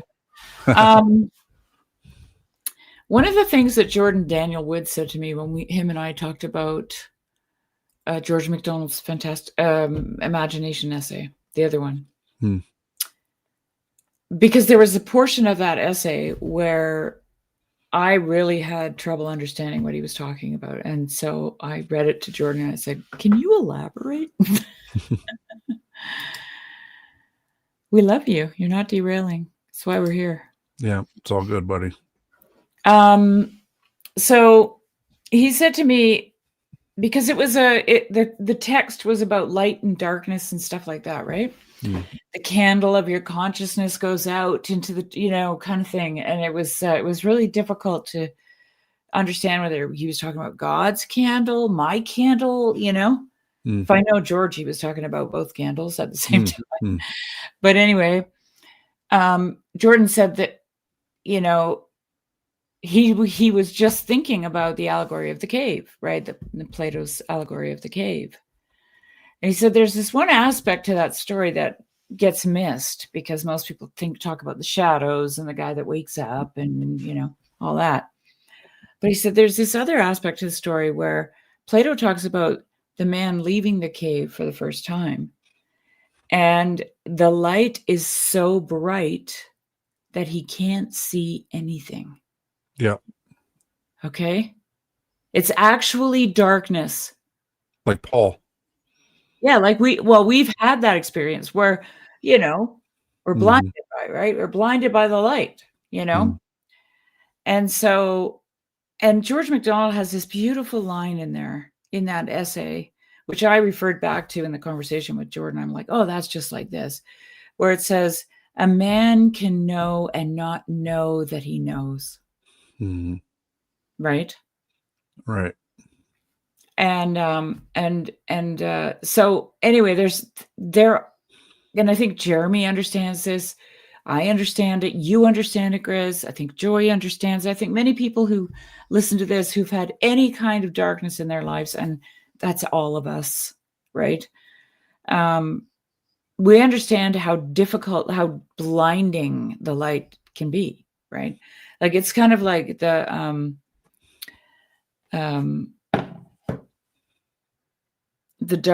darkest part is just before the dawn. Or if you've ever driven out of fog, have you ever had that experience where you're driving up a mountain and the thickest fog is right before it breaks into the clear, right? And that's often how it is for us, you know, when we're getting through these dark nights of the soul, I will call them, that just before things break open, it's the most blinding. It's the most hard to see any end in sight. So go ahead, Jeremy. It's blinding me. That's okay. I'm just going to read it. I'm not going to bring it up. So this is Robert Frost, Acquainted with the Night. Oh, Robert Frost. Love him. I have been one acquainted with the night. I have walked out in rain and back in rain. I have outwalked the furthest city light. I have looked down the saddest city lane. I have passed by the watchman on his beat and dropped my eyes, unwilling to explain.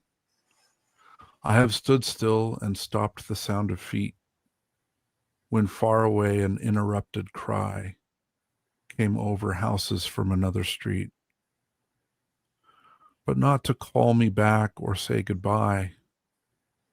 And further still, at an unearthly height, one luminary clock against the sky proclaimed the time was neither wrong nor right.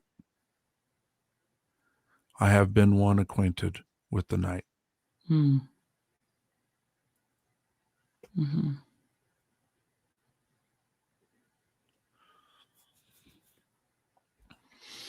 Yeah. You know, somebody who has always really impressed me, Jeremy, is Charles Bukowski. Oh, yeah. Ham on rye. He wrote this beautiful poem about his cat. I'll see if I can find it. And I mean, you just have to look at Charles Bukowski to know that he's been through hell. Okay. Yeah. Yeah. Well, the first book I read, I think I read Ham on Rye was his first book. The first book of his that I read. And the whole time I was reading, I was like, how come there aren't more books like this? Like, this is actually really fun to read. Like, most books are really boring to me. I can't read most fiction. And okay. I really liked that book. What was it about? It's just him like tramping around the country. Okay. You know, let's see. Ham on Rye is a semi-autobiographical novel written in the first person. The novel follows Henry Chinaski, his thinly veiled alter ego during his early years, Written in Bukowski's characteristically straightforward prose, the novel tells of his coming of age in Los Angeles during the Great Depression. Like his previous works, Ham on Rye is set in Los Angeles, where the author grew up. Bukowski keeps his descriptions of his hometown grounded in reality, paying more attention to the people that make up Los Angeles than to the city itself. This type of description does not venerate or idealize the city, a contrast to other so-called Los Angeles novels. Scenes outside of Los Angeles show Chinesky as an intruder, as with an early scene where he and his family are chased out of an orange grove. The story takes place at home, at his different schools, at the doctor's office, and at various other locales around town. So it really is about the culture at the time around the Great Depression. And then, everyone's poor and everyone's desperate and everyone's a little crazy. And there's just a bunch of really great, colorful characters in the book. It's fun to read. It's kind of like, it was kind of like On the Road before On the Road was cool. It was Right. although On the Road came out before Ham on Rye, I should say, but it I don't know. It seemed more, I hate to use the word authentic, but He was pretty authentic. That was one of his trademarks, really. Yeah. And like Grizz says, he put other people through hell too. Yes. Because when you're living in hell, that's where you invite people for dinner. Yeah. Well, it's familiar to you. Would you like to come to my house? Yeah. What's your address? Hell. Like, oh, I'm already there. Yeah. Oh gosh, this is like hellish, But anyway, I love this poem. You just have to pardon the language. It's not me, it's Charles. Okay. Mm. The history of one tough motherfucker. He came to the door one night, wet, thin, beaten, and terrorized, a white, cross-eyed, tailless cat. I took him in and fed him, and he stayed, grew to trust me until a friend drove up the driveway and ran him over. I took what was left to a vet who said, "Not much chance. Give him these pills. His backbone is crushed." But it was crushed before and somehow mended. If he lives, he'll never walk. Look at these x-rays. He's been shot. Look here, the pellets are still there. Also, he once had a tail. Somebody cut it off. I took the cat back. It was a hot summer, one of the hottest in decades. I put him on the bathroom floor, gave him water and pills. He wouldn't eat. He wouldn't touch the water. I dipped my finger into it and wet his mouth, and I talked to him. I didn't go anywhere. I put in a lot of bathroom time and talked to him and gently touched him. And he looked back at me with those pale blue crossed eyes. And as the days went by, he made his first move, dragging himself forward by his front legs. The rear ones wouldn't work. He made it to the litter box, crawled over and in. It was like the trumpet of possible victory blowing in that bathroom and into the city. I related to that cat. I had it bad. Not that bad, but bad enough. One morning he got up, stood up, fell back down, and just looked at me. "You can make it," I said to him. He kept trying, kept getting up, falling down. Finally, he walked a few steps. He was like a drunk. The rear legs just didn't want to do it, and he fell again, rested, and then got up. You know the rest. Now he's better than ever. Cross-eyed, almost toothless, but the grace is back, and that look in his eyes never left. And now sometimes I'm interviewed. They want to hear about life and literature, and I get drunk and I hold up my cross-eyed, shot, run over, detailed cat, and I say, look at this. But they don't understand. They say something like, "You say you've been influenced by Celine." No, I hold the cat up. By what happens, by things like this, by this. I shake the cat, hold him up in the smoky and drunken light. He's relaxed. He knows. It's then that the interview ends. Although I'm proud sometimes when I see the pictures later. And there I am, and there's this cat, and we're photographed together. He too knows it's bullshit. But somehow, it all helps. It's the greatest poem ever. Yeah. That's really good. Isn't it good? Really good. Yeah. Yeah. It's called, if anybody wants to look it up, it's called The history of one tough motherfucker. That's good.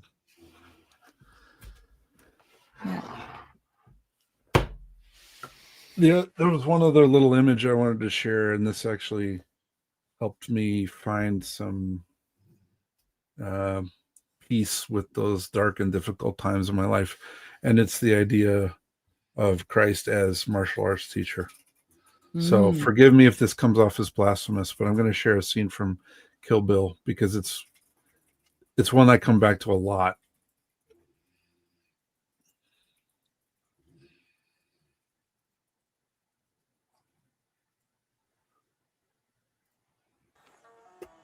The cruel tutelage of Pai Mei. I've never watched this movie. This is the best part, in my opinion, to be honest. It's pretty gory. I mean, it's definitely stylized. It's a Tarantino film, but this whole clip of the movie is just amazing. I love it. I come back to it over and over again because this is how I think of. This is how I relate with Christ sometimes.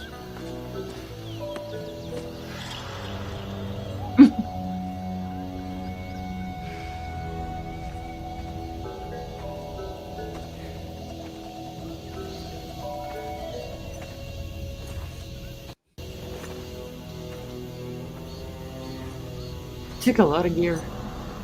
Yeah. Yeah, that's part of the...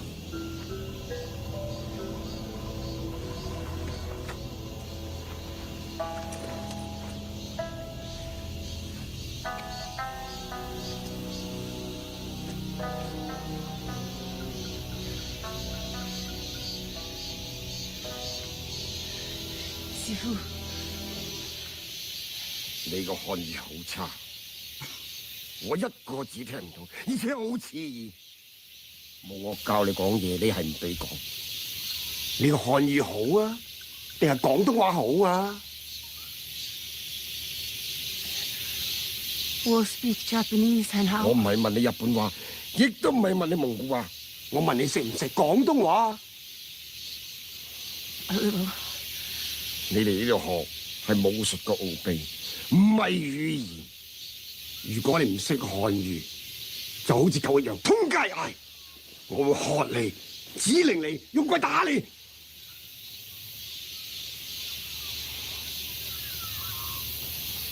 你師傅係咪比爾啊 ？Yes, he is。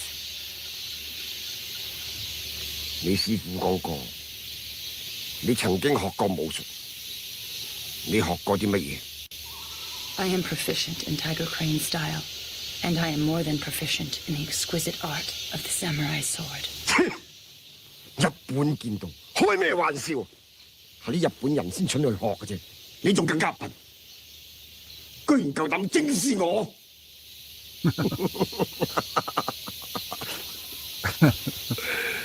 睇你嘅脾氣都幾學外，你知唔知本道嘅功夫同你點比啊？ This reminds me of the scene out of Job as well. 本道會殺人啊 At the end of Job. 咁你係咪想死？傻瓜，真係傻瓜！本道好想睇你點傻法。起身，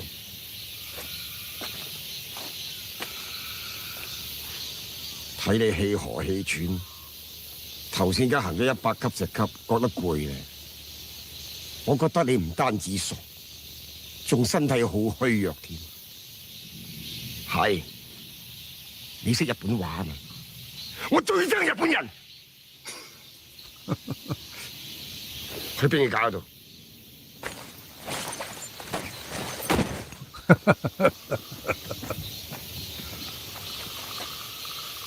攞起把劍。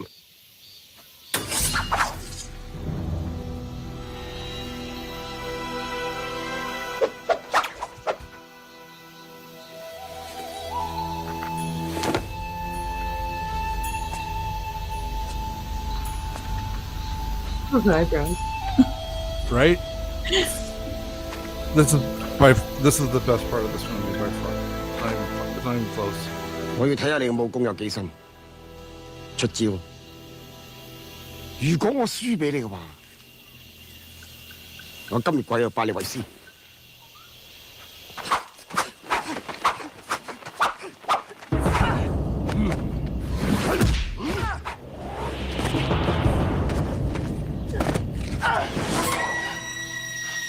你睇到我功夫啊，試我腳法啊！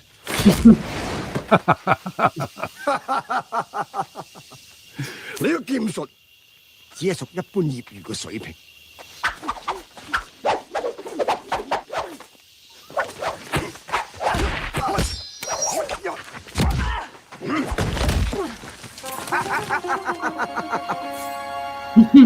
殘廢比你強，再嚟啊！廢物！我已經俾機會你睇下識咩武功，我睇到啦，你一啲都唔會。而家我要你用科學拳同我鷹爪拳比試下。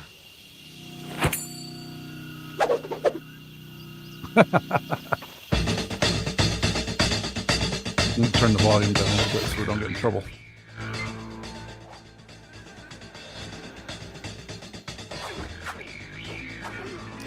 I know it's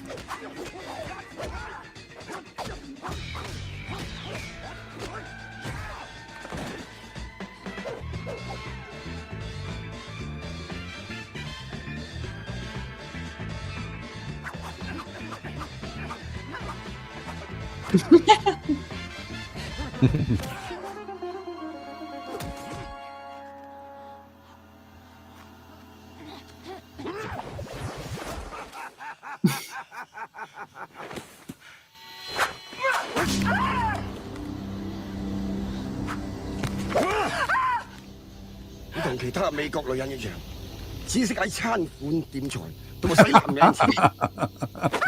痛咧！我問你，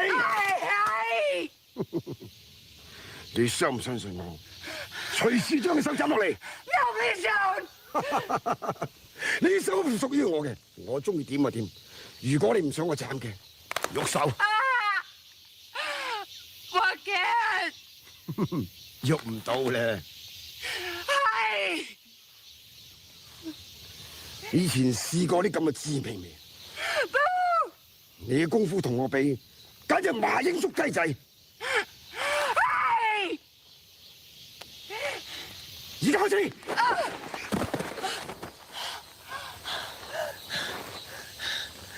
你想唔想學我頭先同你打嗰套拳 ？Yes。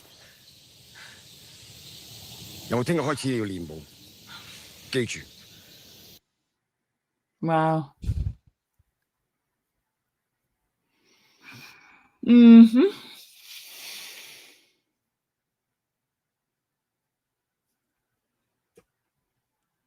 So, I mean, that's the beginning of their relationship.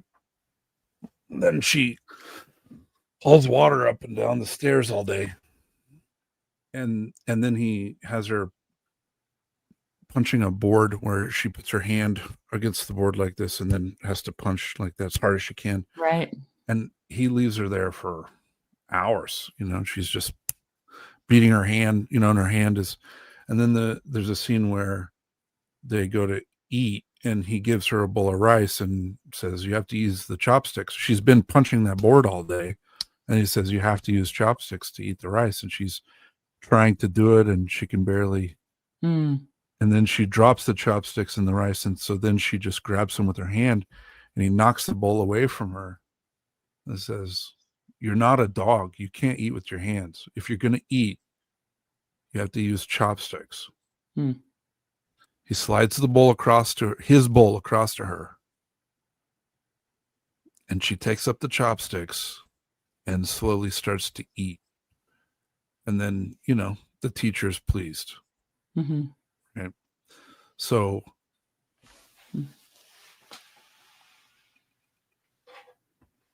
she was obviously, I mean, she came in, you can see her attitude when she came in. She was quite prideful and haughty. And I'm not saying that you're in that place, Grizz.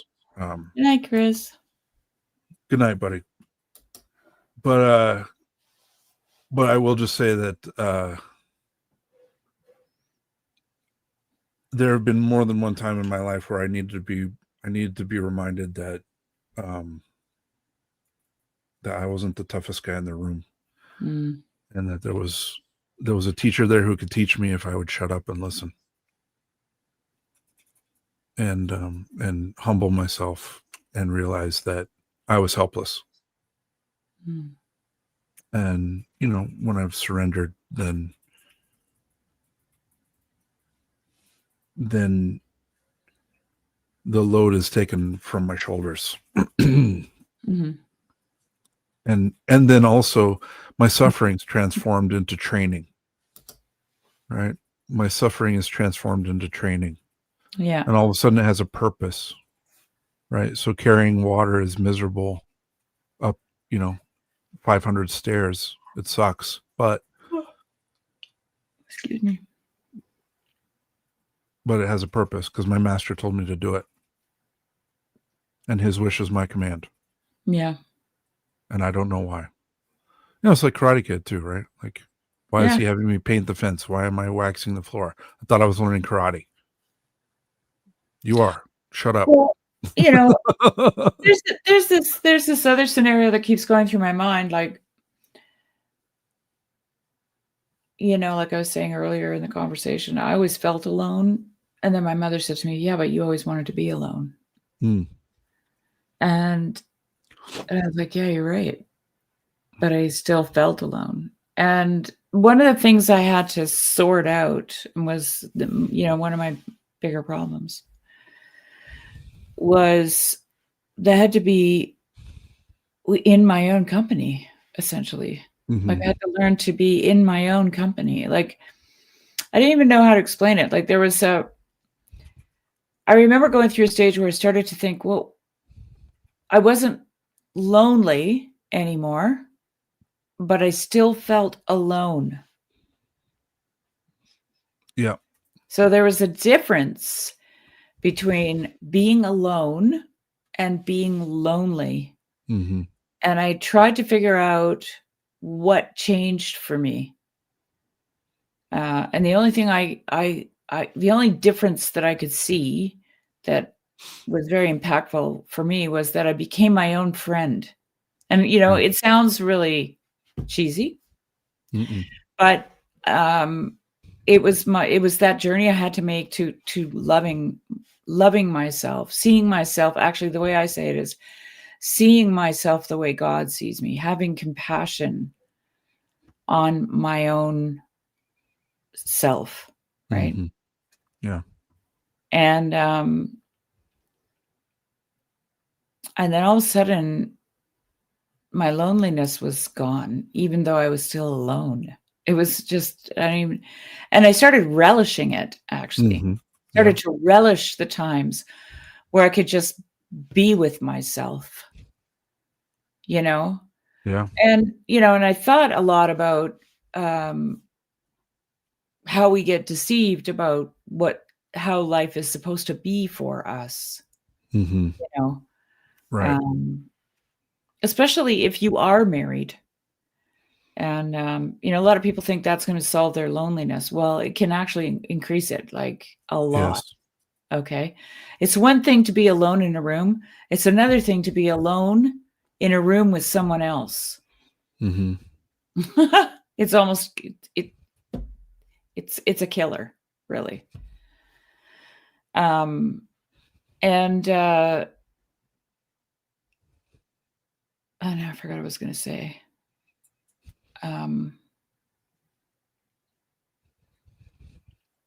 You were talking about learning to be comfortable being alone and actually enjoying it, and then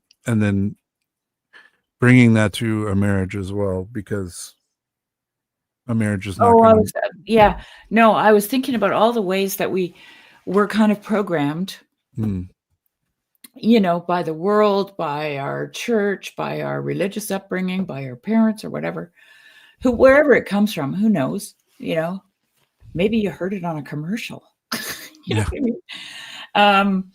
That there's this ideal way to be married, And especially in evangelical Christian circles, it gets very codependent, I find. You have to, you mentioned last week, I think, your godson who wanted to pray with his wife, and he was all, and I remember muttering under my breath when you said that, oh God, that's that evangelical idea, So here's a funny thing. I had that when my husband and I first got married. I'm like, oh, we're going to pray together. He's like, what? That's never going to happen. And I was like, I thought suddenly that I was unequally yoked. Like my heart just flew out of my chest. I was instantly depressed. What have I done? Because I had believed something that was just absurd. It was absurd. I mean, okay, I love this man. I've committed my life to him and vice versa. He loves me. And we're not going to pray together. Yeah. All right. And now it begins. Right. Yeah. Let's just, let's chip some of that stuff off there, Shari. Here we go. And now it begins, right? Yep. And it's never changed. He kept his word. We have prayed about things. We have gotten, when something happens, and we pray, right? But we're not doing our devotions and praying together, and right. Because what I've come to realize is that in letting, in giving myself up to that, right? That's a form of kenosis. It's a form of emptying yourself out, right? To the other person. I've loved him. That's what I've done. I've loved him. And a person can only become in love, right?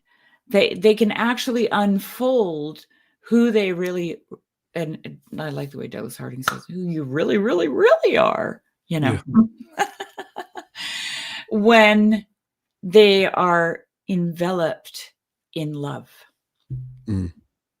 Everything else is going to make them angry, hateful, envious, jealous, right? It's going to appeal to all these, but if you can love them, right?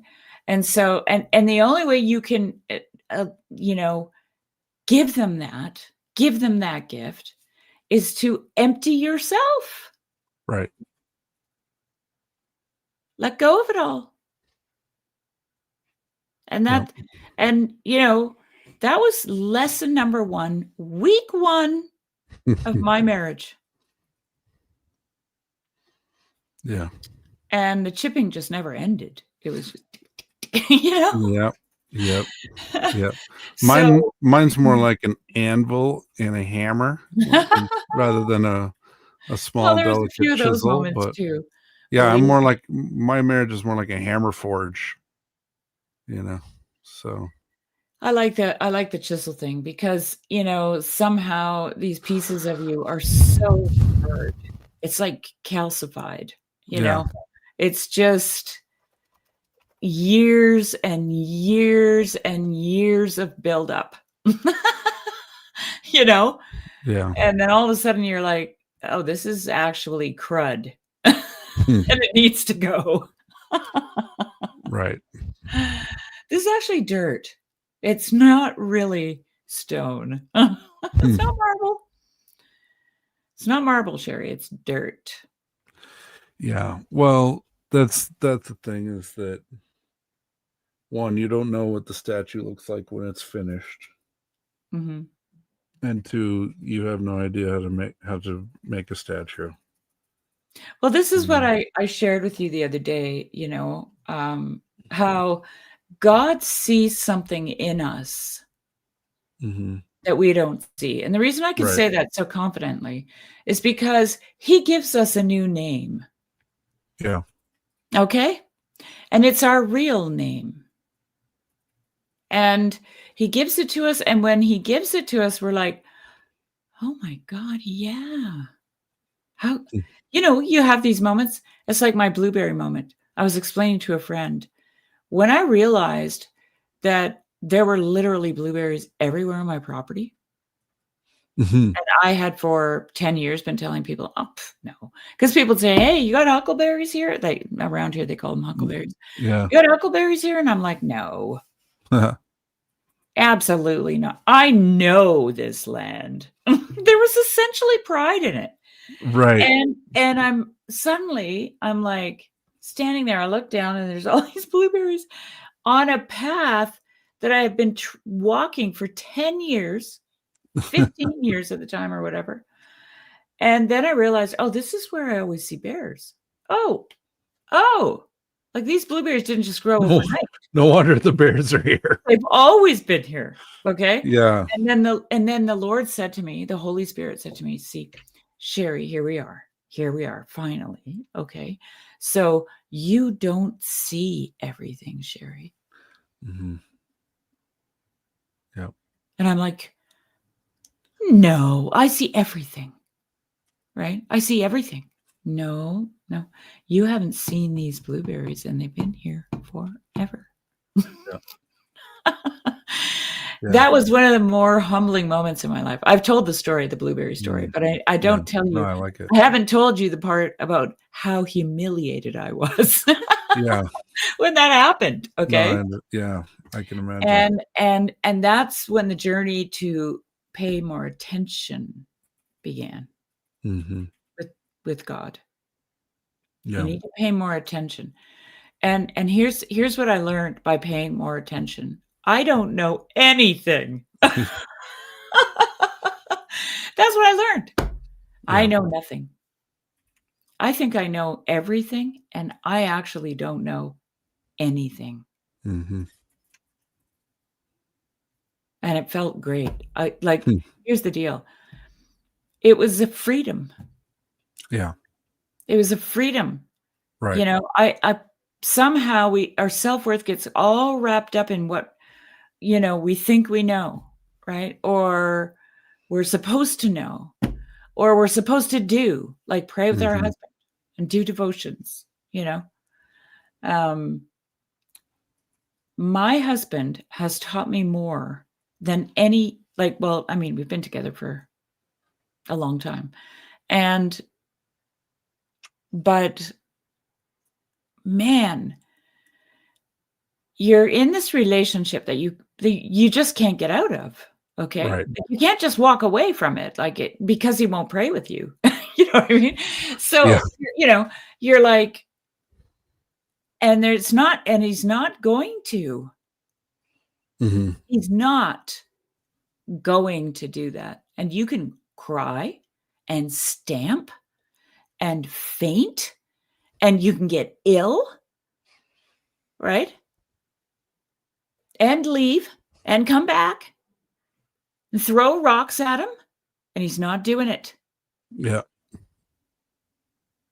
And then all of a sudden you're like, I'm just an asshole. Right. Because he said, he was honest with me. That's never going to happen. It's not because he doesn't love me. It's not because he doesn't believe in God. It's just because of who he is. Yeah. And, and then I run across Rilke and he says, marriage is guarding one another's solitude. And that was like getting my new name. I knew it because I had been doing it. I had to do it. That was my job. And I was tasked with something that I didn't even want to do, Jeremy. I didn't want to guard his solitude. I wanted him over here, right here with me. Let's be codependent on one another, right? Yeah. And, but no, because of who he is. And when I read that line from Rilke, I was like, absolutely. Well, and he reminded you how to be alone again, right? Like you had been. He did help me with that, yeah. Yeah, because when you were young, you liked it, and then there was a time where you didn't. Well, like historically in real time, I have this like very big, messy relationship with aloneness because there was a certain amount of abandonment in my life, right? And feelings of abandonment and disconnection. And so I took comfort in my aloneness. Like I was always sad. I was always sad because of it. Always. Like I don't remember actually not being sad as a child. I would get distracted by animals. They would make me happy. But then as soon as that was over, I was sad again. Right? And so, when you enter into marriage, and here's the other thing, and you have children, you can't cling to these people. It's not good. Right. It's not healthy. Right.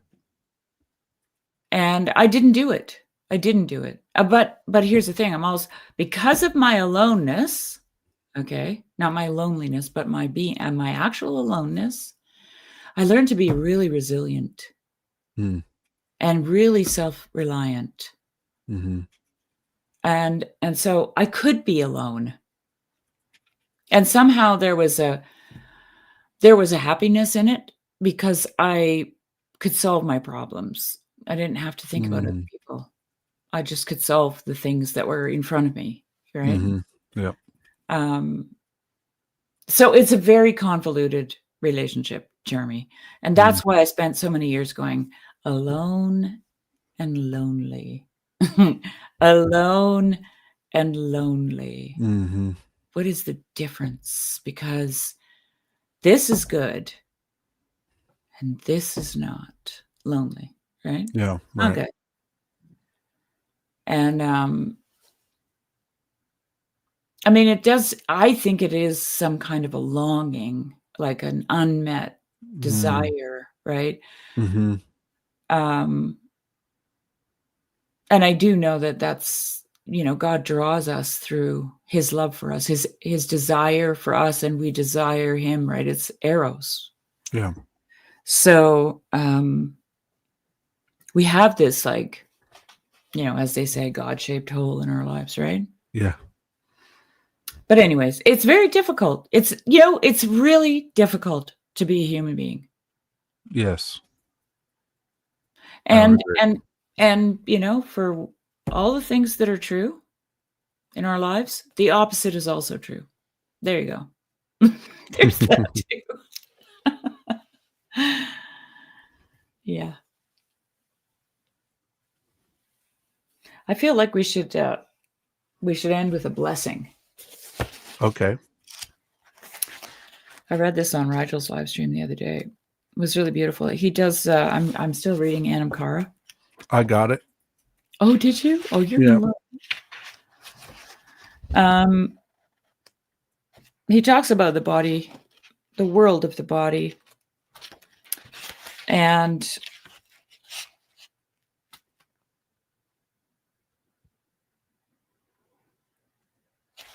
maybe I'll just read the last paragraph. The world of Celtic spirituality is completely at home with the rhythm and wisdom of the senses. When you read Celtic nature poetry, you see that all the senses are alerted. You hear the sound of the winds. You taste the fruits. And above all, you get a wonderful sense of how nature touches human presence. Celtic spirituality also has a great awareness of the sense of vision, particularly in relation to the spirit world. The Celtic eye has a great sense of that interim world between the invisible and the visible. This is referred to in scholarship as the imaginal world, the world where the angels live. The Celtic eye loves this interim world. In Celtic spirituality, we find a new bridge between the visible and the invisible. This comes to expression beautifully in his poetry and blessings. These two worlds are no longer separate. They flow naturally, gracefully, and lyrically in and out of each other. The next chapter is solitude is luminous. Mm. Well, I think I'm gonna have to read that one tonight. Yeah, Joy mentioned that. Her comment ties right in. The journey of the monahos, origin, a Greek word meaning solitary or alone, Yeah. monastic. Yeah. Mm-hmm. I've been, and the monastic life has really helped me to understand all that, Joy. Okay, so this is a blessing for the senses. It's short.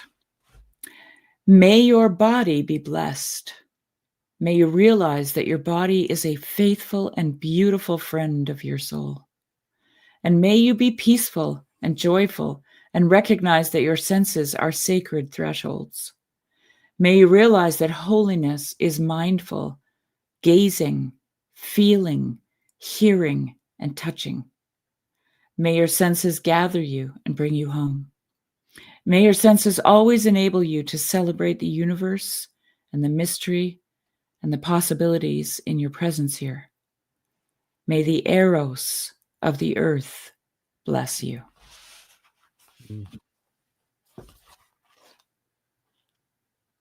Yeah.